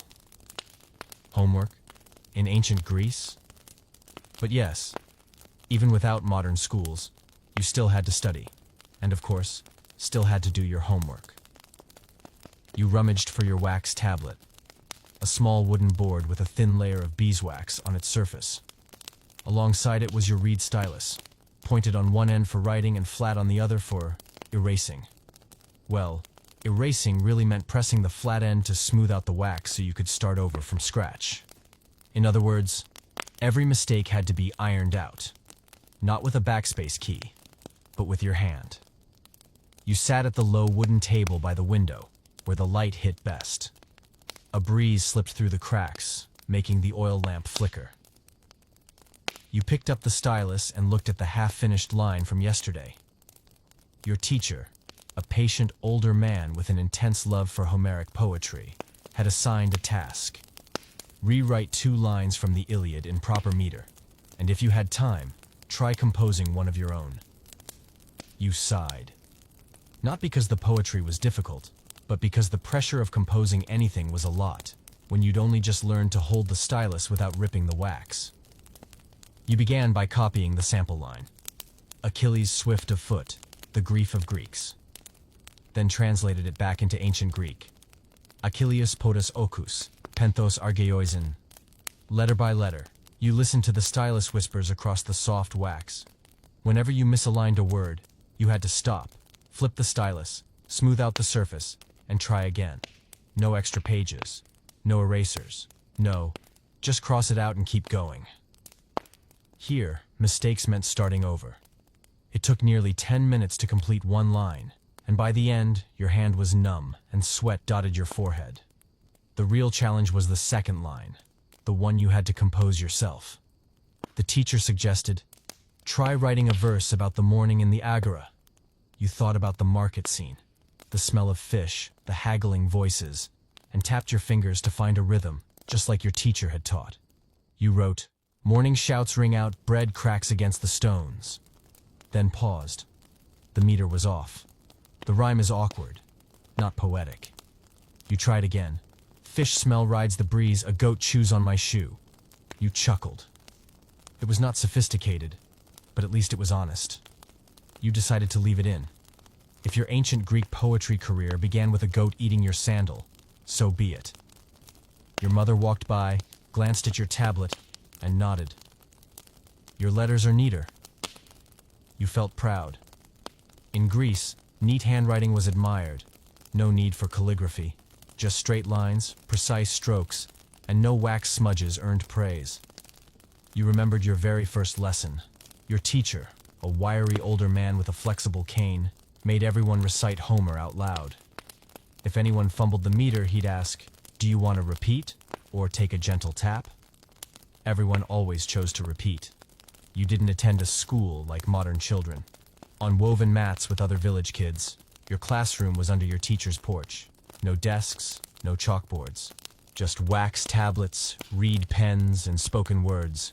Lessons included letters, Homeric poetry, basic arithmetic, a dash of philosophy, and the underrated art of sitting still. That last one sounded easy, but sitting still for an hour at 6 years old was a heroic feat.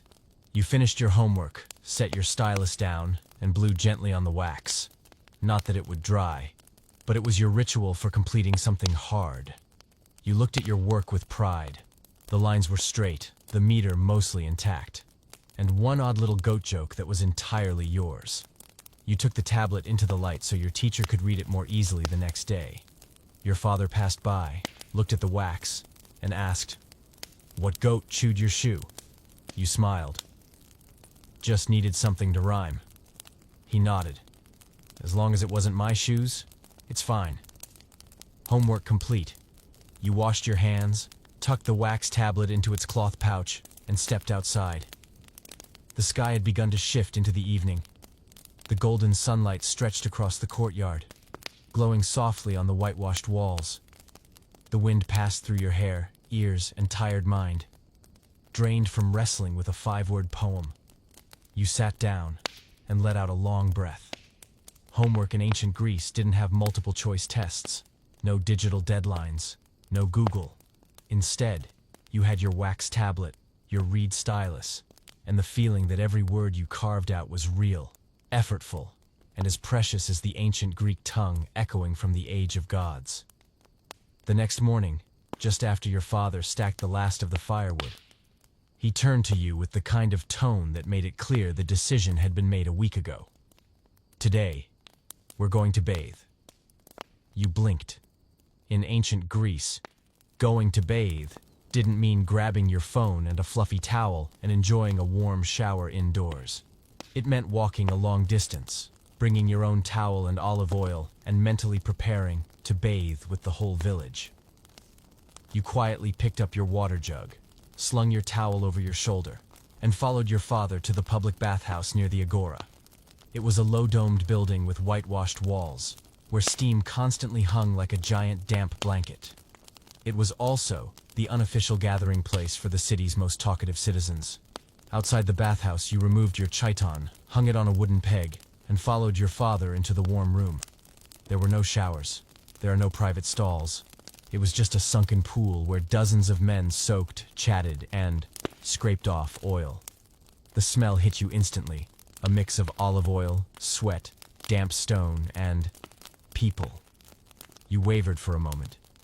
Your father calmly picked up his strigil, a curved bronze scraping blade, rubbed oil onto his shoulders, and began scraping down his back. No mirror. There is no ambient music, just the splash of water and the hum of idle chatter. You sat hesitantly on the pool's edge. A middle-aged man next to you turned and asked immediately, "You Diodoros the carpenter's boy?"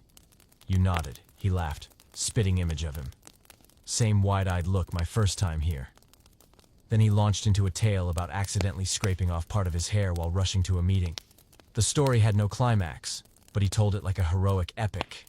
Others chimed in, swapping tales of slippery oil, misplaced strigils, and comedic falls. You, the newcomer, became the audience of the day. You began applying oil to your skin.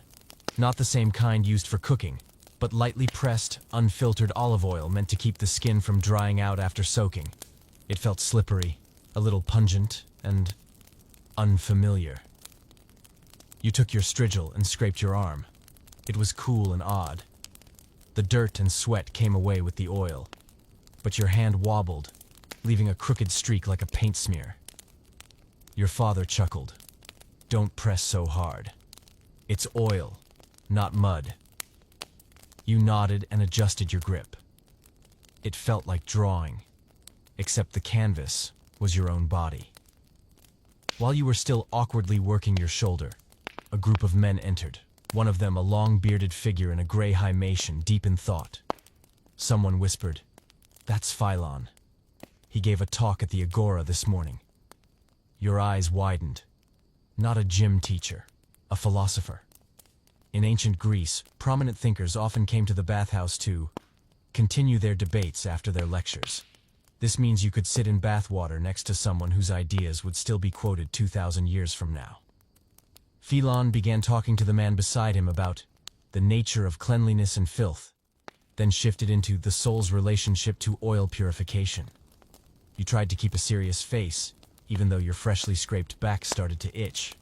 You slid into the pool. The water was calm and gently warmed by an exterior heating system. You stayed near the edge, avoiding the center, where two men were arguing loudly about whether a strigil or a cloth was more effective for bathing. No one bathed alone. No one whispered. Bathing was for relaxation, socializing, and getting the latest gossip. If the Agora was the social network, then the bathhouse was the group chat. After soaking long enough, you climbed out, dried off, and applied a thin layer of oil again for moisture. No lotion, no perfume, but you felt renewed. Your father slipped his chiton back on, clapped you on the shoulder, and said, "Not bad. Next time, you can come on your own." You thought, "Maybe, but I'm not sure I want to." You stepped out of the bathhouse, hair damp, skin slick with oil, and ears still echoing with murmured philosophy like a distant stream. You felt cleaner, and also, oddly, more exhausted. Back home, your mother sniffed and asked, "Use the cheap oil again?" You grinned. The good stuff was all taken by Phylon. She laughed. Your little sister came close to sniff you, then recoiled. "Smells like sun-dried fish." You didn't argue. Even the finest olive oil never quite smelled like rose-scented soap. But at least you'd completed a proper Greek bath. No privacy, no bubbles, and the occasional half-naked philosopher lecturing beside you. Just after your bath, your skin still glistening with olive oil, you sat under the eaves to let your hair dry, when you heard a familiar rustling sound behind you.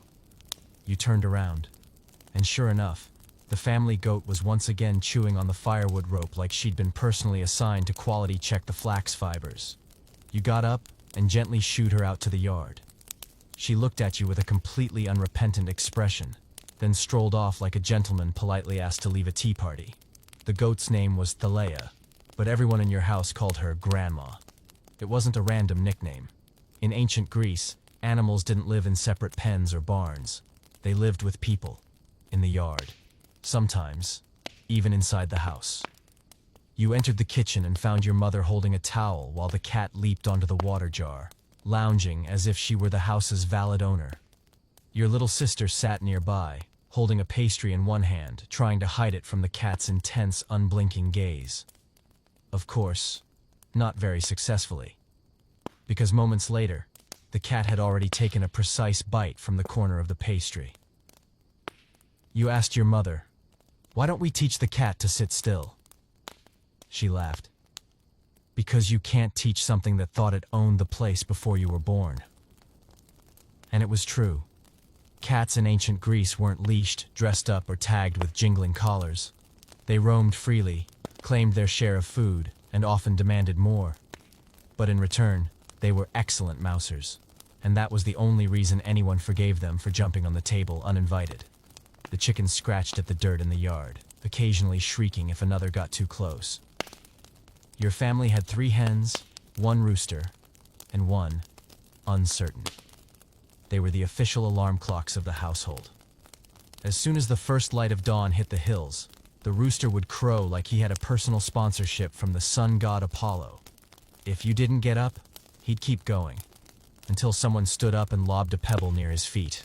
Not to hit, just to send him hopping a few meters away. And the next morning, the cycle began again. You often suspected that Zeus created roosters purely to test human patience. In one corner of the yard was a small wooden pen, where Grandma Talea was supposed to sleep. But in reality, she wandered like a house guest with full access during the day. Sometimes she'd peek into the kitchen. Other times she'd stick her head into your room just to observe. What was she looking for? Sometimes fig leaves. Sometimes a towel you forgot to hang up. And sometimes it seemed just the right to exist wherever she pleased. Every morning, you had to tie the pantry door shut if you didn't want to see your goat dragging all the vegetables out into the middle of the yard for inspection. Once, you hung your freshly washed chiton on the line, turned away for a moment, and returned to find Thalea chewing on the hem like a gourmet delicacy. But you had to admit, she was your friend. She'd curl up by your feet whenever you sat alone in the yard. When it rained, she'd nudge under the porch roof and rest her head on your tunic like she was asking to borrow a spot to stay dry. Once, when you were crying after a scolding from your teacher, she licked your hand and sat silently beside you. That may have been the only time someone comforted you without asking for an explanation. While tidying the yard that afternoon, you discovered a hen had laid an egg under the fig tree. You lit up, snatched it, and ran inside to show your mother. Your sister immediately tried to take it from you. The cat followed behind, hoping to score a share. Your family didn't raise many animals, so every egg was a small reward. You didn't eat it right away. Your mother saved it for the next day, maybe for soup or baking. Your father once told you, back in the day, your grandfather kept a pig inside the house all winter. It slept near the stove and knew how to open the door with its snout. You asked, "Was it clean?" He shrugged. "No. But it was warm." In ancient Greece, people didn't live separately from animals. They lived with them. Chickens, goats, dogs, cats. Each played a role. They weren't pets. They were family members who didn't speak the same language. As night fell, you sat under the eaves. The cat curled in your lap. The chickens had gone to roost, and Thalea had wandered back to her pen on her own, the rope still lying loose on the ground. You thought, no one needs to train the animals like soldiers here. Just live together long enough, and everyone figures out what needs doing. And as you watch the cat stretch, the chickens tuck their heads under their wings, and Thalea breathed softly in the dark. You realized you weren't alone. In ancient Greece, even if you didn't have classmates or best friends, you always had a goat ready to chew your tunic because it matched her taste. As dusk settled and the heat of the day finally began to lift, you lounged beneath the eaves, legs stretched out across the step, with the family cat curled up in your lap like a heavy, perfectly warm ball of fur. The smell of smoke from the kitchen still lingered in the air, and in the distance, the chickens had gone quiet, giving way to the steady chirping of crickets in the bushes behind the house. This was a special time of day. When all the work was done, the sun had just dipped beyond the hills, yet it wasn't quite time for bed. The Greeks had a name for this moment, a gentle pause. It is a time for doing nothing, except one thing: enjoying yourself. No TV, no phones. There are no streaming platforms. But still, there are plenty of ways to pass the time before sleep. After tidying up the yard tonight, your father brought down a small wooden box from the kitchen loft.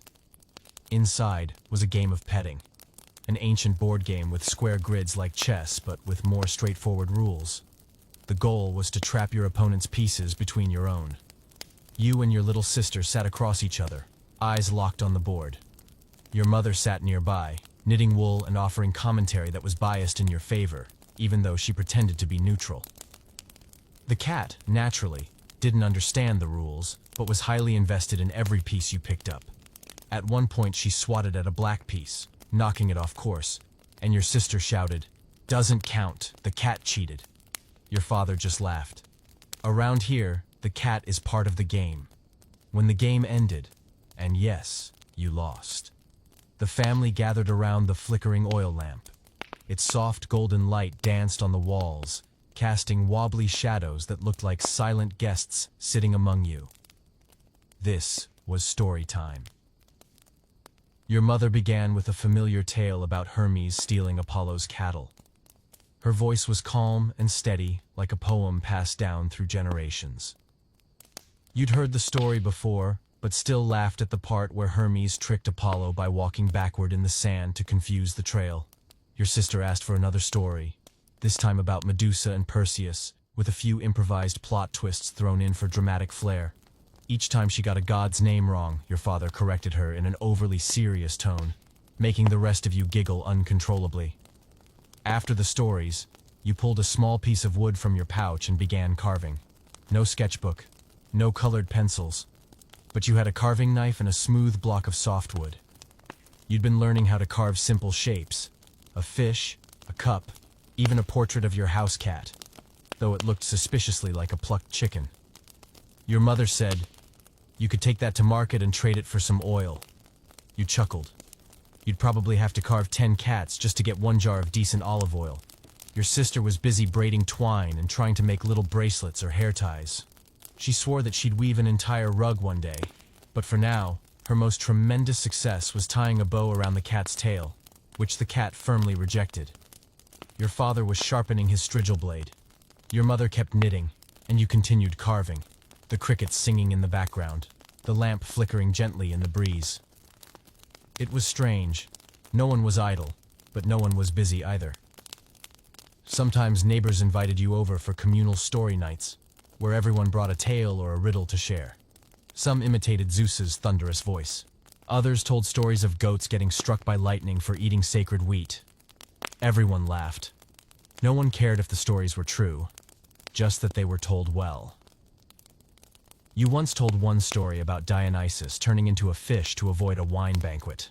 No one believed it, but everyone clapped.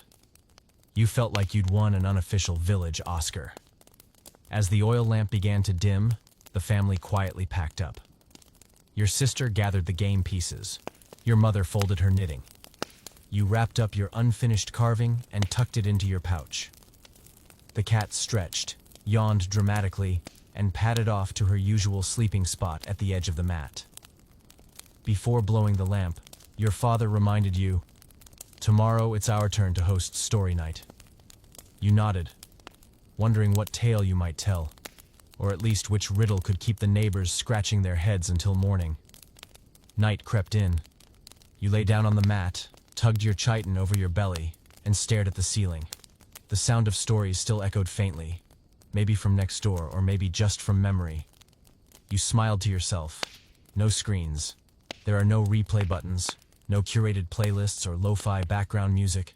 And still, nights in ancient Greece were filled with laughter, stories, and games that made you forget you ever wondered, what would I even do without a phone? You've just woken up from a short afternoon nap and are about to wash your face when you see your little sister sitting on the porch, pale as a sheet. You ask, "What's wrong?" She mumbles, "I whistled," and the cat ran away. You blink, then laugh, but your mother doesn't. She steps out from the kitchen, her voice stern like the goddess Athena. "I told you not to whistle in the evening. Do you want to summon a ghost?" That's how it is. In ancient Greece, whistling at night was taboo. Not because it might bother the neighbors, but because people believed the sound would attract wandering spirits. And not all spirits were friendly. You sit down beside your sister, trying to hide your smile.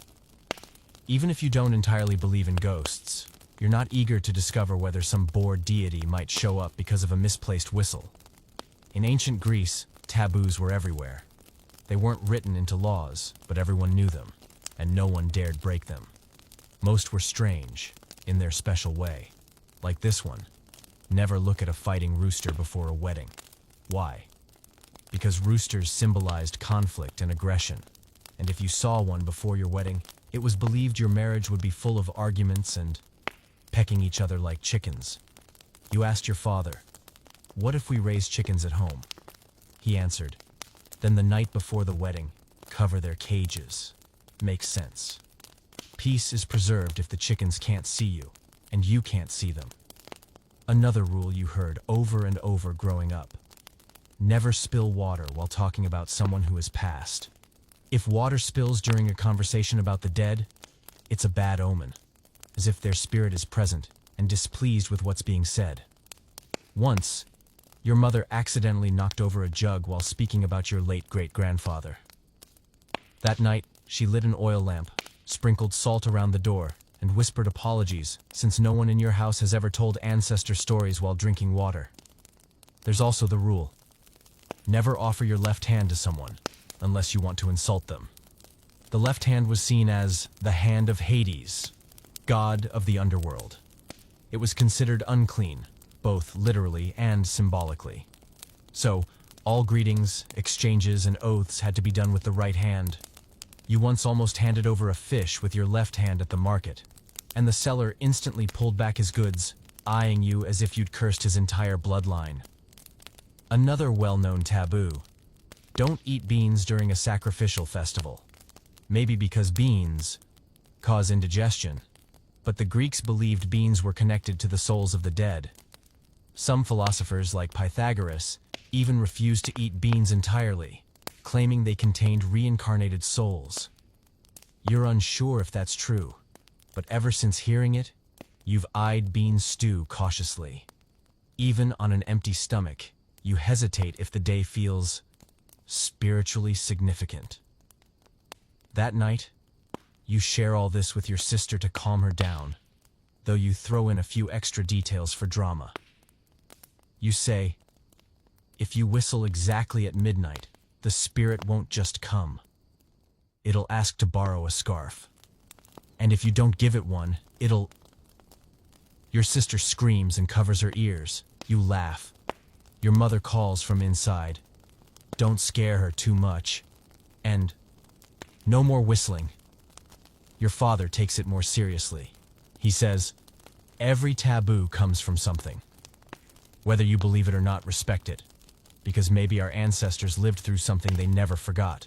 You understand, taboos are like an invisible shield, keeping people cautious and preserving dignity. Sometimes they're just how the ancients explained things they didn't yet understand. Before bed, your mother sprinkles salt around the door, an old tradition to keep bad spirits out. You once asked, what if the wind blows the salt away? She said, then it'll blow the spirits away with it. You nodded, strangely convinced. That night, you lie down on a straw mat, cheating over your stomach, with the cat curled at your feet. You don't dare whistle, even though there's a catchy tune stuck in your head. You also avoid looking at the chicken coop, in case one decides to crow early. You exhale softly. Maybe the ancients were superstitious. Perhaps they were scared of nonsense. But something feels strangely comforting in knowing that you've never felt more at peace beneath red-tiled roofs, beside flickering oil lamps, among whispers of gods and ghosts. Because sometimes, a little fear helps you live more carefully and sleep more soundly. This morning, you woke up, barely had time to rub your eyes when your mother called out loudly, there's a small festival at the Temple of Athena today. Dress properly. You blink. Yes, properly. But in ancient Greece, dress properly means battling with a long, unsewn, unhemmed piece of cloth with no buttons or zippers whatsoever. You pull the chiton out of the chest. It's a wide rectangular piece of fabric, woven from wool or flax, light brown, with a few worn spots from that stumble at the market last month. You take a deep breath and begin the familiar but never easy ritual, wrapping yourself in fabric. Wearing a chiton is an art. First, you fold the cloth so the top edge rests neatly on your shoulders, forming a faux neckline. Then, you pin the edges together with a fibula, a clasp made of bronze or bone. If you pin it crookedly, you'll look like you're wearing a slanted skirt. Next, you thread a belt around your waist and tie it gently, but skillfully. Too loose, your chiton will fall like a curtain that's lost its tie. Too tight, and even breathing turns into a workout. Finally, you fold down the top portion to create pleats for modesty and style. Your mother says, People judge whether you know how to dress just by your folds. You think to yourself, everyone gets judged, even by how they fold the fabric. Your sister is wearing a peplos, the women's version, made from a heavier cloth and folded deeper to cover the chest. Your mother is helping her pin it while you're spinning in place, trying to adjust your belt so it doesn't sit crooked. You hear your father calling from the courtyard. Are you done yet? The ceremony's starting. You want to reply, I'm wrestling with philosophical fashion. But you know if you say that, your mother will adjust your belt again, costing you another 10 minutes. You place a simple olive wreath on your head. The fresh leaves smell cool and clean, easing the stuffiness of the cloth wrapping your body. Then you slip on a pair of sandals made from hemp rope, the only part of the outfit that doesn't feel like walking around in bed sheets. But wait, one last step. Checking the pins. You once saw a friend lose his fibula in the middle of the agora. His chiton slipped off one side and he had to run while holding his clothes, chased by laughter. You tug the pins slightly. Firm, not wobbly. You exhale in relief. Ancient Greek clothing may have been simple in structure, but the technique was anything but. No one had a wardrobe. You had just a few sets. One for daily wear, one for festivals, and one nearly torn but kept for heavy labor. No one did laundry daily. Chitons were worn repeatedly unless stained with oil, dust, or goat. And since the fabric was stiff to make and time-consuming to weave, each outfit was treated like a treasure. You once thought, it's just cloth, but it was a whole process. Your mother wove it on a wooden loom, dried the wool, dyed it with plants, and left it hanging for days. When the fabric was ready, she hemmed it by hand, trimming each thread one by one. A single chiton could take an entire month to complete. So every time you put it on, you're not just wrapping cloth around your body. You're wearing your family's labor and care. The festival at the Temple of Athena proceeds as usual. People gather, offer incense, sing, and tell stories of the gods. Everyone wears chiton, or peplos. A few wealthy folks don himation, a cloak dyed in indigo or earthy reds. But most, like you, wear neutral-colored chitons, rope belts, and humble sandals. In the glow of the setting sun, the whole plaza becomes a sea of cloth swaying gently in the breeze. Not flashy, not fancy, but strangely harmonious. And in that moment you feel in place. After the ceremony, your family heads home. On the way, you spot a boy whose chiton is blown above the knee by the wind, face red as fired clay. The adults chuckle softly. No one mocks. Your mother murmurs, still young, hasn't learned to fold it tight yet. You glance at your belt and silently thank yourself for not rushing this morning. Back home, you remove the wreath, unpin the fibula, and carefully fold your chiton. Each fold is suspenseful. Handle gently, and do not break the pin. Each wash is a silent prayer. Don't tear the embroidery. You place it back into the wooden chest, cover it with an old cloth, and sigh in relief. Mission accomplished. You lie on your mat, pulling a light blanket over you. In the dark, you think about that simple piece of fabric. No buttons, no zippers, no sharp tailoring, and how it's endured for thousands of years. Remembered by the world as a symbol of elegance. Just a piece of cloth. And yet, to wear it properly, nearly impossible. You had just taken off your ceremonial chiton. You folded it carefully like a seasoned origami master when your father stepped in from the yard, holding 2 clay jars, speaking in a tone as steady as if he just finished reciting an inscription. Go fetch water. That's right. In ancient Greece, water didn't flow from a tap. No sinks, filters, or convenient plastic pipes. Every drop you used came from ceramic jugs, bigger than your fear of a hot summer day. You picked up the more miniature jug, a hydria with 3 handles for easier carrying, and headed to the well with your father. The well stood at the edge of the village, near the agora, a familiar spot for everyone. It wasn't just a water source. It was a news hub, a meeting place, and sometimes an unofficial debate stage. The well was deep, the water clear, but you had to wait your turn. You stood behind an old woman telling how her grandchild dropped a cake into the well last week, and ahead of an old man grumbling that young people don't know how to conserve a single drop like we did during wartime. When it was your turn, you lowered the wooden bucket on a hemp rope, listening for the satisfying plop as it hit the water. Then you pulled it up, hands slightly sore from the rough rope. The water splashed into the clay jar, calm, clear, and incredibly precious. Because in ancient Greece, water wasn't just for drinking. It was used to wash hands before meals, for offerings to the gods, to clean altars, water vegetables, cool down the house, and to live. On the way home, you tread carefully. The jug was heavy, and your shoulder ached, but you knew that if it slipped and shattered, your mother would have all the reason to remind you 10 times that she told you to stroll. You set the jug on the clay stand by the door at home. Your sister scooped out a bit to wash her face. Your mother used some to knead the dough. Another portion was poured into a small bowl and placed on the altar for Hestia, the goddess of hearth and home. You washed your hands with just a few drops. Just a few. No one poured a whole scoop like in the movies. The Greeks knew well that every drop of water was an effort and time and that it was not to be wasted.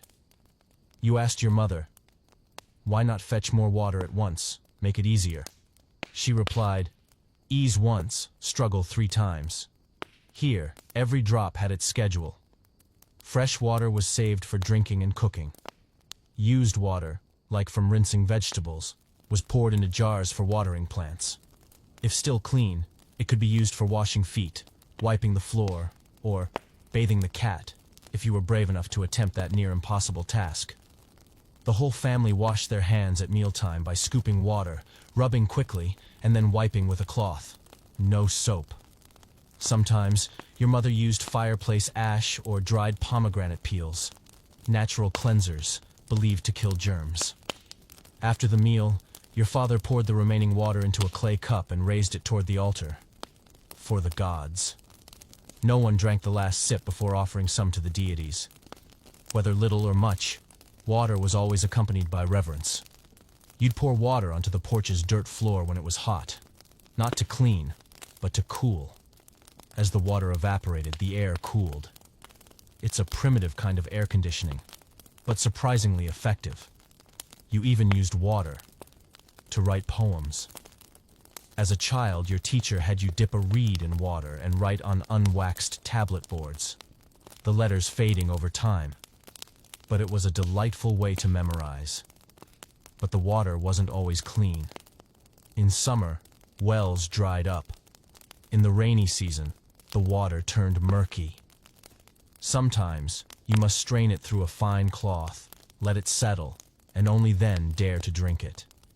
No one taught you the word bacteria, but everyone knew bad water meant a stomachache all day. You once saw a ritual ruined because the priest used impure water. The incense rose unevenly, birds scattered in panic, and people left the temple with wary eyes. Since then, you learned to observe water like a person's face, checking color, smell, and whether the gods would approve. That evening, you were given a task. Bring a bowl of clean water to a neighbor for their ancestral offering. You carried it with both hands, walking with careful steps, not daring to let it ripple. No one had to tell you to respect the water. You just knew. Because each sparkling drop wasn't just H2O. There was faith, labor, community, and life. You returned home under the rising moon. Inside, your mother dripped a few drops into the oil lamp to make the flame burn steadier. Your father poured the last bit into the cat's bowl, and you re-washed your hands before bed. You lay down on your mat, the night breeze brushing past. In your mind echoed the sound of water dripping into the jug, the bucket hitting the well's surface, and your mother scooping water to mix flour. And you realized, even without faucets, filters, or grand bathtubs, the ancient Greeks lived cleanly, consciously, and gratefully with every single drop they had. One gentle afternoon, while you were carving a wooden toy for the cat, your father walked over, tapped your shoulder lightly, and said, almost casually, "I think Euphemios's daughter mentioned you at the agora." You froze. At that moment, you were holding a small knife nearly carved into your finger. Mentioned what exactly? Your father shrugged. Just asked about you, maybe. Said you're good at shopping. You blushed. This is not because of embarrassment, but because a passing remark between a girl and a boy in ancient Greece meant more than 100 likes on modern social media. You started to worry. Her name was Thessa. You'd seen her selling clothes with her mother at the market corner. Black hair, sun-tanned skin, and eyes so bright they almost made you drop your fish basket. You once said hello and only got a faint smile, but ever since, you took the longer route just to pass her stall accidentally. Now she's mentioned you. And you know, every interaction from here on won't be just a trip to the market anymore. That evening, as your family sat around the oil lamp, your mother suddenly asked, "Going to the Agora tomorrow? Or should I go instead?" You looked up, slightly panicked. "I'll go. I need to replace my hemp cord." Your mother looked at you like you just delivered a classic line. Your sister laughed, and your father nodded slowly. Cord replacement, huh? The next morning, you wore your neatest chiton, chose the least worn sandals. Okay, the straps were only slightly peeling. And carefully tied your belt. You brought a small pouch of baked cakes, a few soft hemp cords, and a bowl of diluted honey. You didn't dare head straight to the fabric stall. You wandered, pretending to pick vegetables, sampling pastries, and eventually reached her booth. Thessa was arranging cloth, her hands moving quickly. She glanced at you. Quick, but real. "Hello," you said, trying to keep your voice steady. "Hello. What are you trading today?" she asked, not smiling, but her voice had a faint lilt. You took out the honey and held it up. "This is the best from our home." She nodded. "Our cloth is the softest in the Agora. A trade." But everyone knew. This was just the opening move. In ancient Greece, dating wasn't what you'd expect. No roses, pre-planned cafes, or morning texts. Affection showed in fleeting conversations, how you positioned yourself in the agora, and whether you dared to meet someone's eyes. And family involvement? Always. And closely monitored. When you returned home, you hadn't even said a word when your mother asked, "Was the fabric soft today?" You stammered, "Very soft. And the color was nice." Your father chimed in, "What color?" "You." "The same as the dress she was wearing." Everyone laughed. Your sister sighed. "It's happening." A few days later, your mother brought you to Euphemios's house, a coincidental visit on a minor holiday. You knew full well that this was the outer ring inspection. No one mentioned marriage, but every glance, every question, every coconut drink carried suggestions. Thessa's mother asked, "Do you know how to weave?" You answered, "Not very well, but I can sew." Thessa sat further back, watching whenever you picked up your cup with the wrong hand. You were sweating through your back, but still sat upright, smiled gently, and sipped your tea slowly. That's Greek-style courtship.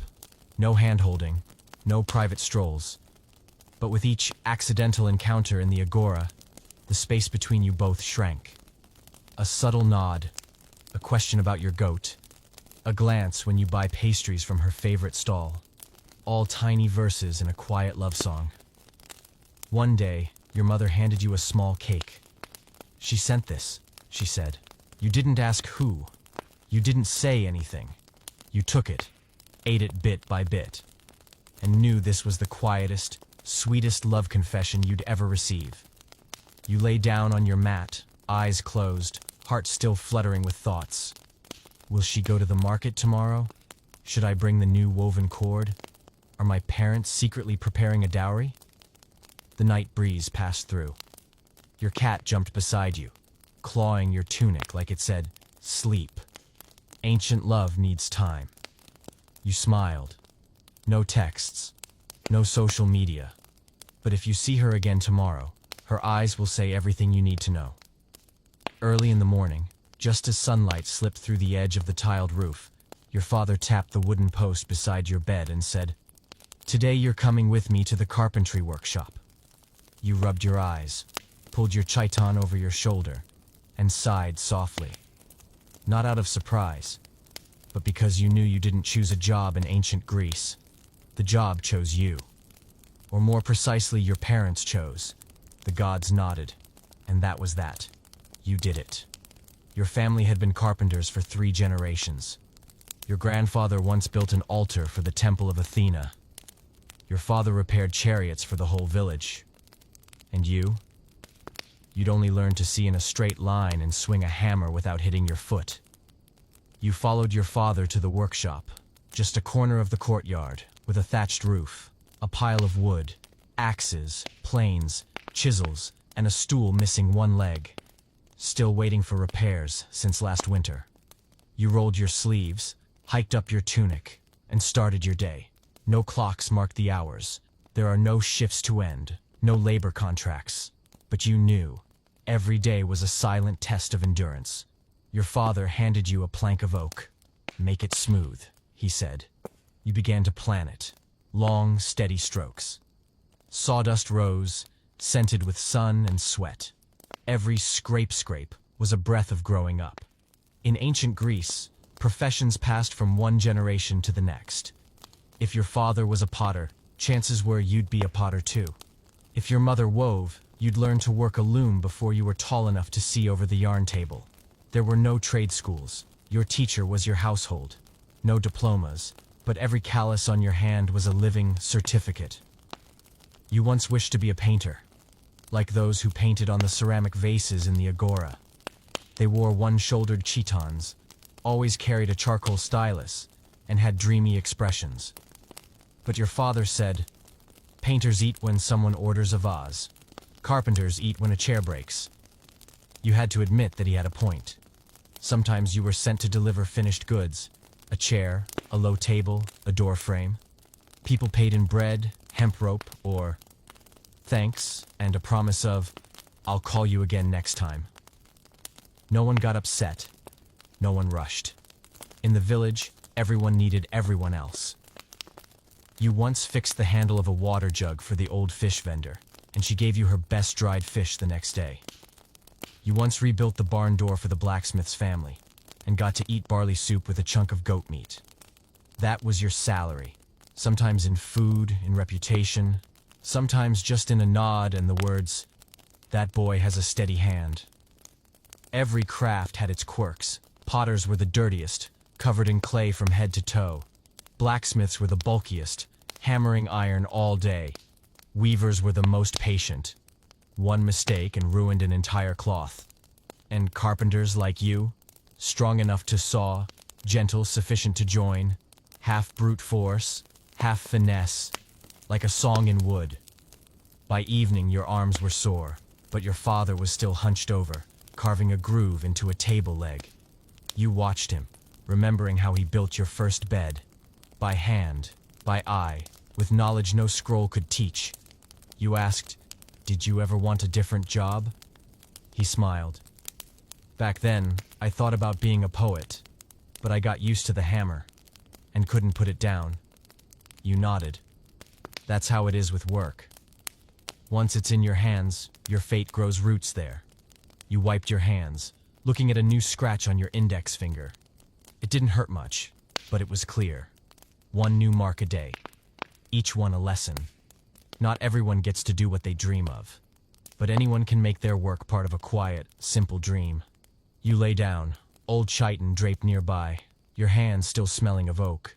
The breeze whispered through the roof slats, carrying the sound of distant sawing.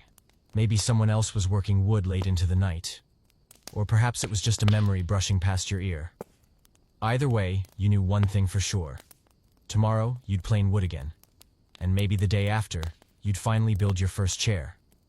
That didn't wobble. You're sleeping soundly when you suddenly wake up in the middle of the night. Not because the cat stepped on your face and not because the goat is bleeding in the yard, but your throat feels like you just swallowed an unchewed olive pit. You sit up groggily, throat burning, body warm, head heavy. You call softly for your mother, your voice cracking like you're trying to summon Hermes with a gust of wind. She walks in, places a hand on your forehead, and nods as if confirming something already written in the stars. You've got a fever. You didn't wear a scarf to the well yesterday, did you? You want to argue, but your throat won't let you. In ancient Greece, getting sick was a natural part of life. Not unexpected, but never gentle. There were no personal doctors, no pharmacies, no fever reducers, and certainly no paracetamol. Everything began with a bowl of mint leaf tea and a silent hope that Apollo, the god of healing, was in a good mood. Your mother lit the fire, tossed in a few sprigs of mint, some root you couldn't name, and added a bit of honey to a cup. She handed it to you with a voice that was kind, but left no room for refusal. Drink this. You'll sweat, and then you'll feel better. You drank. Bitter, then sweet, then bitter again. The hot liquid slid down your throat and into your stomach like a minor growling god. But it did make you feel a little better. Your mother rubbed olive oil into the soles of your feet and wrapped them in cloth. Your sister ran to fetch your father, not to do anything, just to announce, he's about to get sick. Your father came in, touched your forehead, lifted your eyelids, and said, "Not purple. You're fine." You had no idea why purple was a measurement, but you were glad you didn't qualify. He soaked a strip of cloth in cold water and placed it on your forehead. There were no thermometers, but his experience was scarily precise. He said, "Sleep.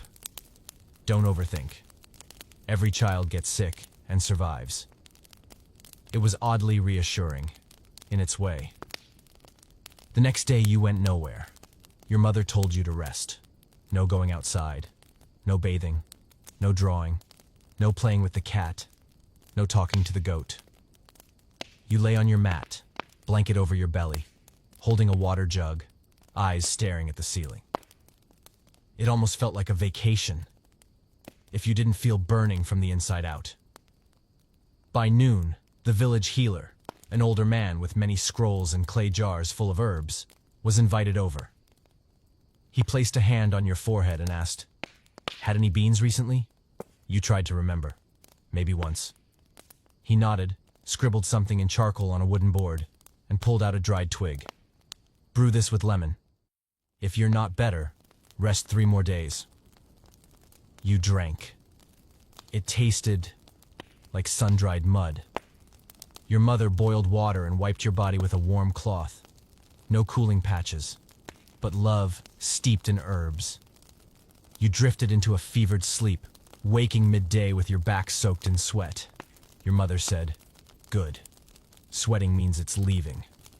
You sat up, head spinning like you'd ridden a cart with no shocks. But yes, you were still alive. That's what being sick in ancient Greece was like. No alarms, no digital beeps, but everyone knew what to do. Water, rest, herbs, and quiet prayers to Asclepius, the god of healing, who lived in every careful hand that cared for you. 3 days later, you recovered. Not completely, but enough to walk to the well without collapsing halfway. You met the fish vendor and she said, "You look fresher than the fish today." You smiled and replied with a still stuffed nose, "Fish don't get sick for 3 days." She laughed and nodded. But fish don't have mothers who wipe their foreheads. That night, you lay down, pillow a little firmer than yesterday, but comforting. No headache, no fever. Just a light ache like you'd raced yourself and won by half a step. You closed your eyes, listening to your father sawing wood in the yard, your mother boiling tea, and your sister counting how many times you coughed, like she was writing a medical journal. And you thought, no private doctor, no prescription, but someone stayed by your side, wiping your forehead, lifting you, and sitting quietly beside you to ensure you kept breathing. In ancient Greece, the whole house healed with you when you were sick. And sometimes love was the most potent medicine. That afternoon, you were sweeping the yard when your little sister ran past and snatched half a honey cake you'd carefully hidden behind the water jar. You'd only turned your back for a second. You yelled, chased her 3 laps around the grape trellis, and ended it all with a slip that landed you squarely on the cat, who voiced its outrage with a meow so long and wounded, it echoed like a protest to the gods. You sprawled on the ground, tunic dusty, cake unrecovered, and you knew. You were angry, truly. In ancient Greece, there were no private rooms where the door could be slammed. One-room homes meant everyone slept together. There is no space to cool off alone. No lockable journals. There are no dramatic messages to write, delete, and rewrite. But still, people got angry. They got hurt. They choked up over half a cake. You stood up in silence, walked inside, sat in the corner of the mat with your back to the world, telling yourself, no one cares. I'll just sit here forever. 3 minutes later, your mother walked in, looked at you and asked, "Why the long face?" You replied, staring at the wall, "Nothing." That is a classic line. And you knew. It never meant nothing. No one pushed further. People passed by you as if you were part of the furniture. But everyone knew you were mad. And so phase 2 began. Strategic silence. You didn't touch your food when dinner started. You sat there like an emotionally charged statue. Your sister looked at you, spoon in mouth, then quietly placed a piece of baked flatbread in your bowl. She didn't say a word. She just lowered her eyes. You glanced at the bread, not honey cake, but it was intentional.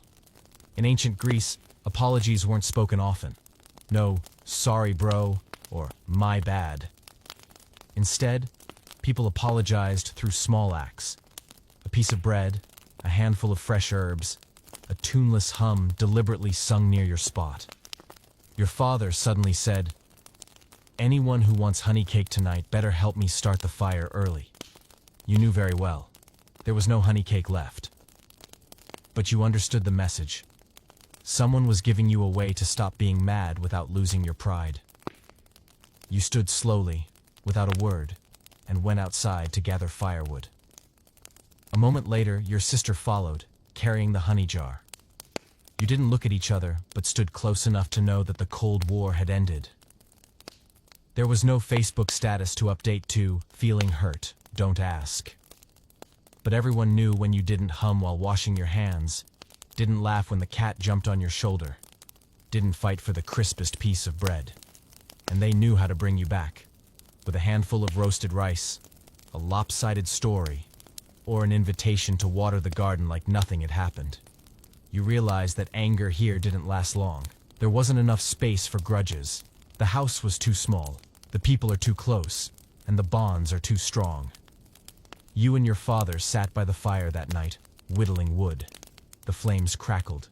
You were no longer angry but still kept a slightly distant face, the noble expression of someone who once lost a cake. Your father said, "Once, I got mad at your grandfather for eating all the grilled fish." You looked up. And then? He smiled and quietly handed me a whole jar of special salted fish he'd hidden. And you forgave him? Number. But I ate the fish and felt better. You smiled. That's the old way. No forced forgiveness. Just a quiet offer to eat. Before bed, your sister whispered, "Tomorrow I'll save you a piece first." You didn't reply. But when you lay down, you turned your face toward her. Your silent way of saying, "Yeah, I'm not mad anymore." You thought, in a time with no block, no scene, no unfollow, people still got angry, got hurt, and most importantly, knew how to make peace. No grand gestures, just a small piece of bread, a shared fire, a glance that doesn't look away. You closed your eyes. The smell of wood smoke still lingered in your hair.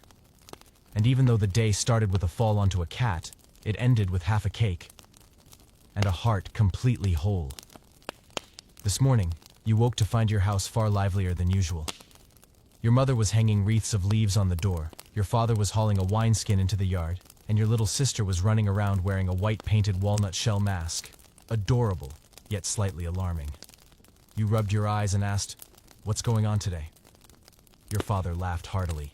Dionysia, the festival of wine, theater, and the god Dionysus. You blinked. Ah, right. Today was the biggest celebration of the year. And if you lived in ancient Greece and didn't know what Dionysia was, it'd be like living in the woods and not knowing what a goat is. The Dionysia festival honored Dionysus, the god of wine, theater, and endless revelry. Every year, the city shut down for days. No farming, no trials. There is no arguing in the agora. Only feasts, theater, masks, and many grapes. You changed into your cleanest ceremonial chiton, the least dusty one, and followed your family to the agora. On the way, you saw the streets overflowing with people. Everyone was dressed better than usual. Some wore grapevine crowns, others had wooden masks, and a few had painted their arms and legs red like they'd just walked out of Dionysus's party. The festival began with the wine procession. A crowd carried giant jars of wine, chanting praises to Dionysus. Some danced, some pretended to be goats, and some even dressed up as literal grape clusters, tying fruit to themselves and saying nothing at all. You walked along, clutching your offering of baked cakes, trying not to step on anyone's toes. Flutes played, drums beat, and the entire agora became a living play with no stage needed. Next came your favorite part, the theater. No screens, no microphones. But the ancient Greek theater, open air, circular, and perfectly acoustic, was the sound system miracle of its time. You found a spot on the stone seating. Below, a wide stage awaited, where actors, all men, even in female roles, wore wooden masks, draped robes, and projected their voices so clearly you could hear every word from dozens of meters away. Today's play was a tragedy, the story of King Oedipus, who unknowingly killed his father and married his mother. You shivered. No special effects. There are no lighting tricks, just raw words, sunlight, and real emotion. Beside you, an older woman wiped away tears. On the other side, your father whispered to your mother. This scene hits hard every year. You weren't well versed in philosophy, but you knew this. Those stories felt real, felt human, and never got old. By late afternoon, everyone gathered at the square as the sun began to tilt. A smaller stage had been set for comedy plays, where people could laugh loudly, roll on the ground, and not be judged. Today's comedy was about a man named Menon, trying to convince his mother-in-law that his goat could talk. A beach echoed behind the curtain, and the crowd erupted as if they'd never heard a goat. You laughed too, even though you own a goat and it doesn't talk. That evening, the wine feast began. Don't picture modern parties with LED lights and DJs. A Greek wine feast meant people sat in a circle, drank diluted wine, never straight, how barbaric, and told stories, recited poetry, played word games, or dared each other to play the flute with their nose. You took small sips from a clay cup. The wine was light and fragrant with grapes and a hint of ash. Your cheeks warmed. Perhaps from the wine, the atmosphere, or the fact that you were sitting near Thessa, and she was smiling. Your father raised his cup and recited a passage from Homer, earning thunderous applause. Your sister made a silly face, wore her goat mask, and mimicked an older man's voice. You just sat there, sipping slowly, listening to the laughter, thinking. Dionysus knew how to make people forget their worries. When night fell, your family walked home. Everyone's legs were tired, their clothes smudged with ash, wine stains, and cake crumbs. You collapsed onto your mat, head buzzing with laughter. You thought festivals in ancient Greece weren't just for fun. They were a time for people to reconnect. With each other, the gods, and themselves.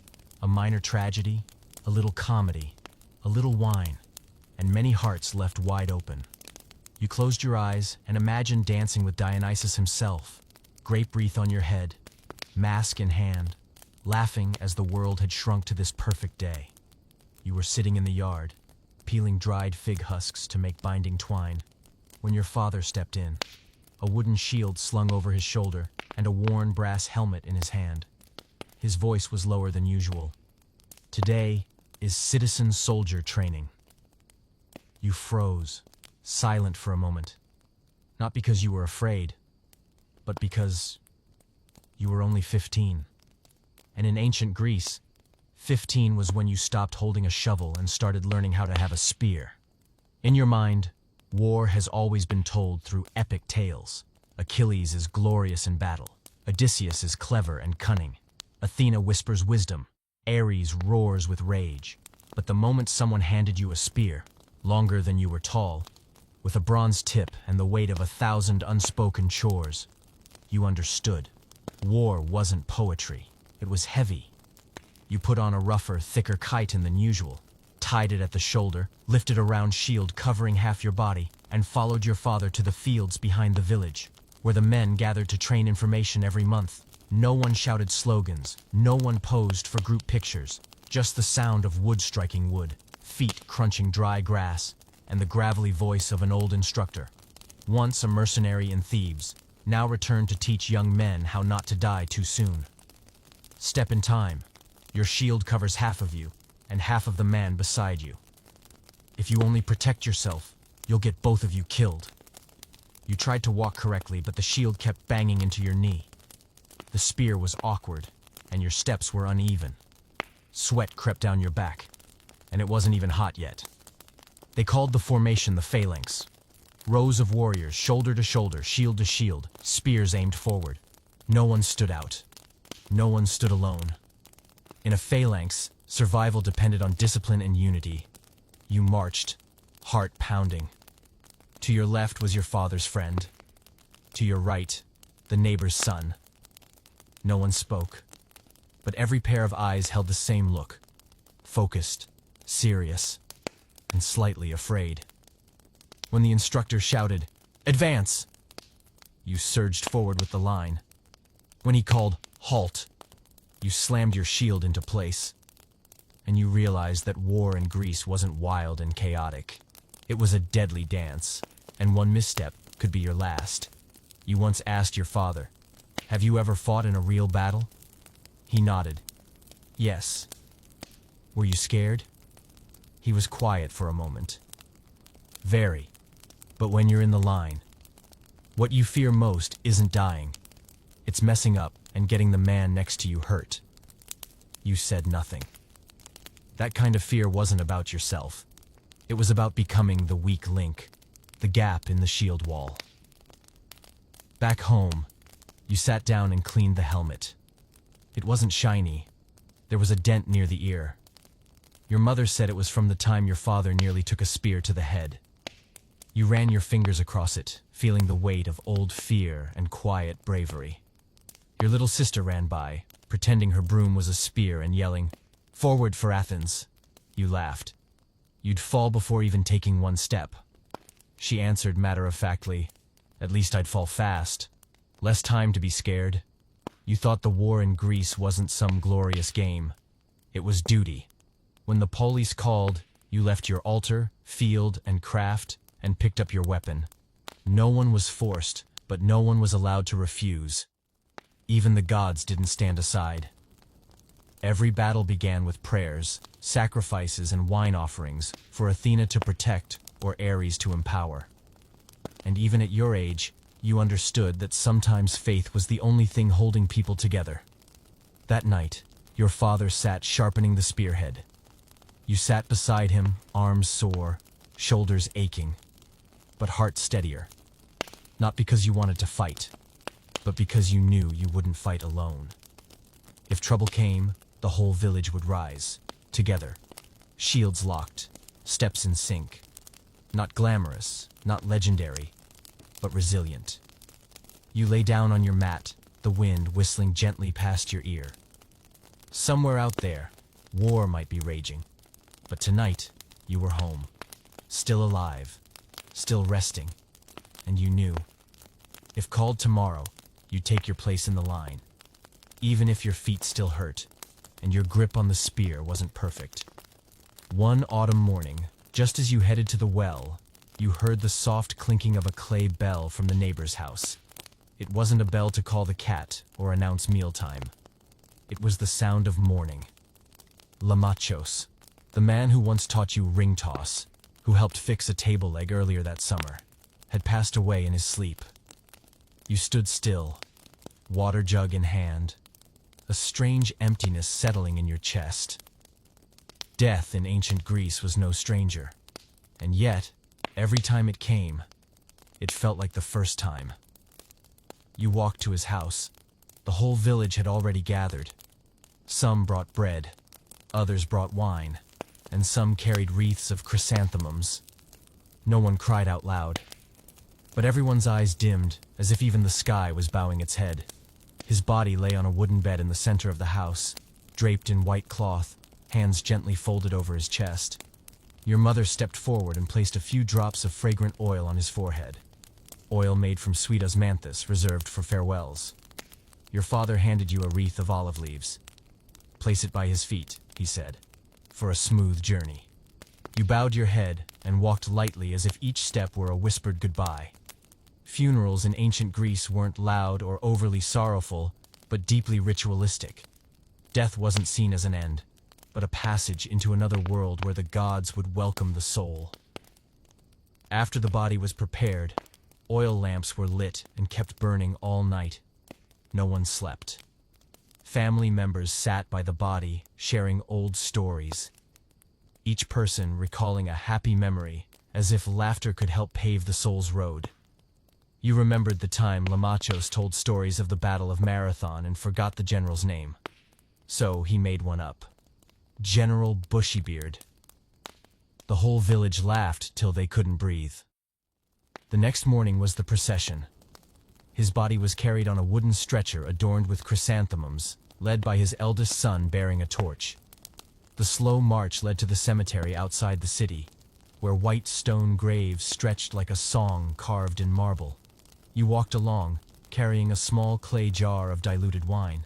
At the grave, your father poured wine around the stone and whispered a prayer. "O Lamachos, finest ring thrower in the village, lover of honey cakes who always gave the best pieces to the children, may you go in peace." You didn't smile, but your heart felt oddly warm. The Greeks believed that after death, the soul was guided by Hermes across the river Styx into the realm of Hades. To ensure the soul didn't get lost, the living placed 2 obol coins under the tongue or over the eyes, payment for Charon, the ferryman of the underworld. You once asked, "What if someone forgets the coins?" Your father said, "Then the soul must walk, and the path is long, cold, and full of mist." Ever since you never dared to treat obols like playthings. After the burial, the people returned, but the funeral wasn't over. Lamachos's house would hang an olive branch on the door for 7 days. No singing, no festive tales, no loud cloth beating or clapping. Visitors were served plain bread and weak wine. On the 3rd day, you and your father paid your respects. His son sat quietly, carving an unfinished wooden plaque, a portrait of his father. You placed your hand gently on his shoulder, said nothing, because sometimes silence is the most incredible kindness. On the 7th day, the village gathered once more. This time, no one wore white. No one shed tears. Instead, there was soft lyre music, a warm bowl of soup, and a poem. His granddaughter read aloud, voice steady. "Grandfather, there'll be fewer honey cakes now. The courtyard will no longer echo late-night sawing. But I know, every breeze that brushes the porch is one of your stories told again." No one spoke. Then, someone began to clap. You lay on your mat that night, staring up at the night sky. The wind whispered through the roof, soft as a farewell. You didn't feel as sad as you did that morning. Instead, you felt grateful. I am thankful to have known Lamachos. I am thankful to have heard his stories. Because in ancient Greece, death didn't erase a person. It simply turned them into a new chapter in the community's memory. You closed your eyes and saw a small boat drifting across a dark river. A man wearing a chrysanthemum wreath sat inside, holding his ring toss set, humming softly. And you smiled, because you knew he wasn't traveling alone. You wake as the morning sun casts soft golden light through the small window, its rays filtering through the grape trellis outside, leaving a delicate lattice pattern on the earthen wall. No one calls your name. There's no shouting from the agora, not even the usual cat paw to the stomach, just the sound of birds chirping on the rooftop, gentle enough to remind you that a new day in ancient Greece has begun. You stretch, your chiton still slightly wrinkled from the long night, and let yourself lie still for a few more moments. Not out of laziness, but because mornings like this are meant to be savored slowly. The scent of barley soup drifts in from the kitchen with a thin trail of smoke. Your mother has been up for a while. While you were still half dreaming, she was probably stoking the fire, rinsing grain, chopping greens, and lighting the hearth, all in the rhythm of steady, quiet breaths. You wash your face with water scooped from the jug by the door. It's cold, but pleasantly so. Afterward, you glance at yourself in the polished bronze basin, hair tousled, cheeks puffy with sleep, and a faint memory of a dream where you rode a goat in search of honey cakes. Hard to say for sure. Your little sister is sitting in the yard, folding an unfinished piece of embroidery. She hums a tune that probably only exists inside her head. The cat, meanwhile, seems to be guarding the water jar like a palace sentinel. You smile and sit down beside your mother. She places a steaming bowl of soup before you. Soft barley, finely chopped wild greens, a touch of olive oil. No meat, no fancy spices, but warm from your fingertips to your soul. You blow gently on it and eat slowly, spoonful by spoonful. No school bell, no schedule. Just you, the soup, and a long day ahead waiting to unfold. Your father arrives from the fields with a bundle of fragrant grass. He sets it by the kitchen wall and brushes off his tunic. The air is cool, but the sunlight is golden, warm as honey on his shoulders. He says, "Nothing urgent today. Maybe we fix the back fence." You nod. You might help your mother beat the rugs later, or finish carving that bit of wood from the other day. But that's for later. After the soup, after the quiet of this morning. In ancient Greece, mornings didn't begin with alarms, but everyone rose early. Not out of urgency, but because early was when the world felt gentler, and everything seemed easier to start. You take a stroll around the yard. The fig tree is bearing small fruit. The hen clucks quietly in the coop. Perhaps she just laid an egg. You bend down to check, and sure enough, it is still warm, like it came from an oven. You smile and bring it inside, a small gift from the day's beginning. Your mother says, "The first egg of the day is lucky," and you think, surely, this day will be good. After breakfast, your sister invents a game, folding tiny boats out of fig leaves. You sit beside her, folding your own. Soon, 5 leaf boats are floating in a basin of water. The cat watches them, clearly torn between curiosity and skepticism. You lean back against the wooden pillar on the porch and close your eyes. The breeze brushes your skin like a mother's hand, and you realize that peace doesn't require much.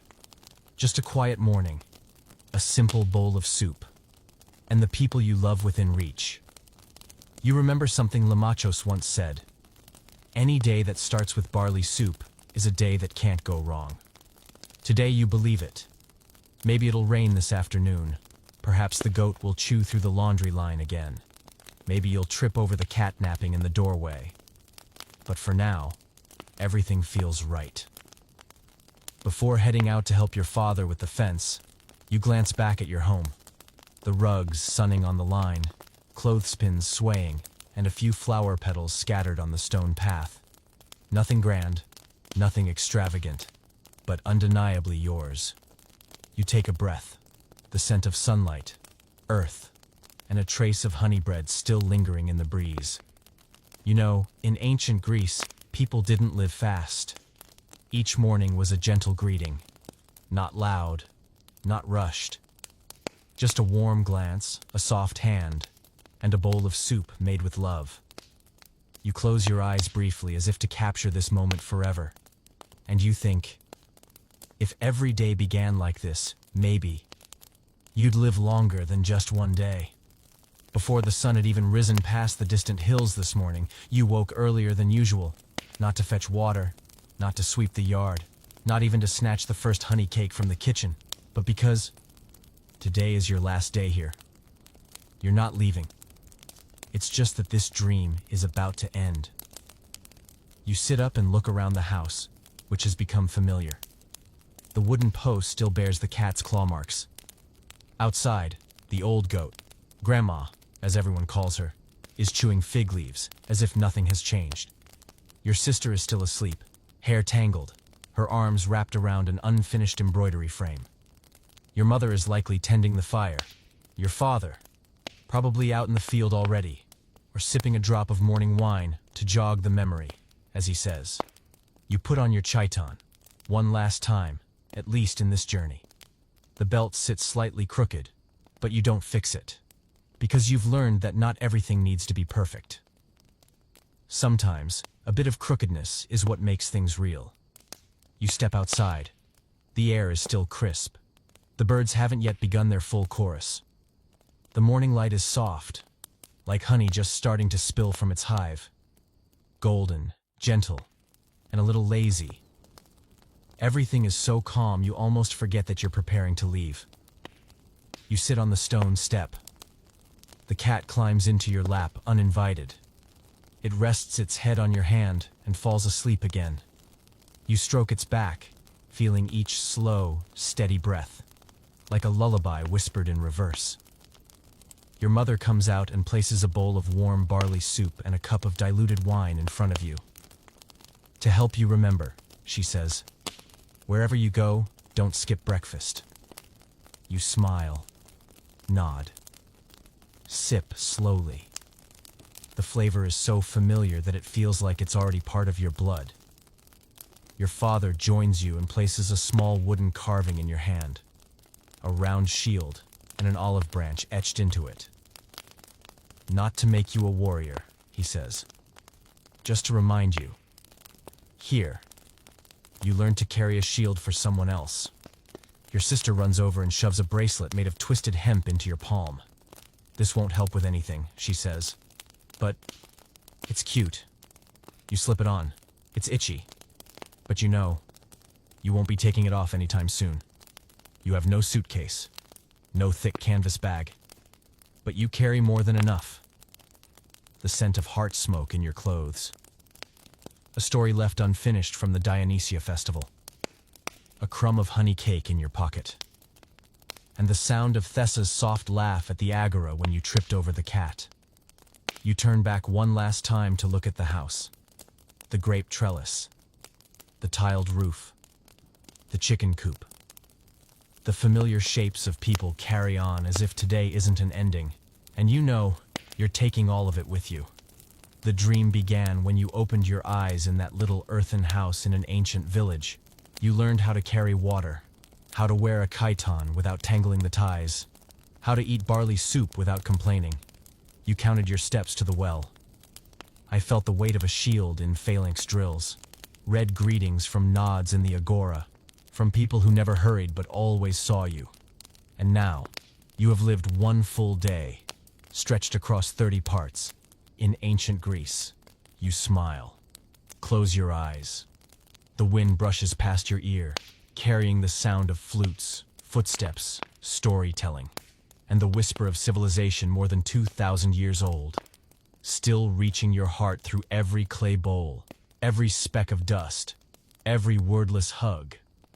And tomorrow, when you wake in the modern world, to phone alarms and calendar notifications, all you have to do is close your eyes, and you'll still hear the rooster at dawn. The hammer taps a table leg. Someone asking, "Is there soup today?" And familiar laughter behind an old story. You didn't survive ancient Greece as a hero, but you lived it, as a person, and that is enough.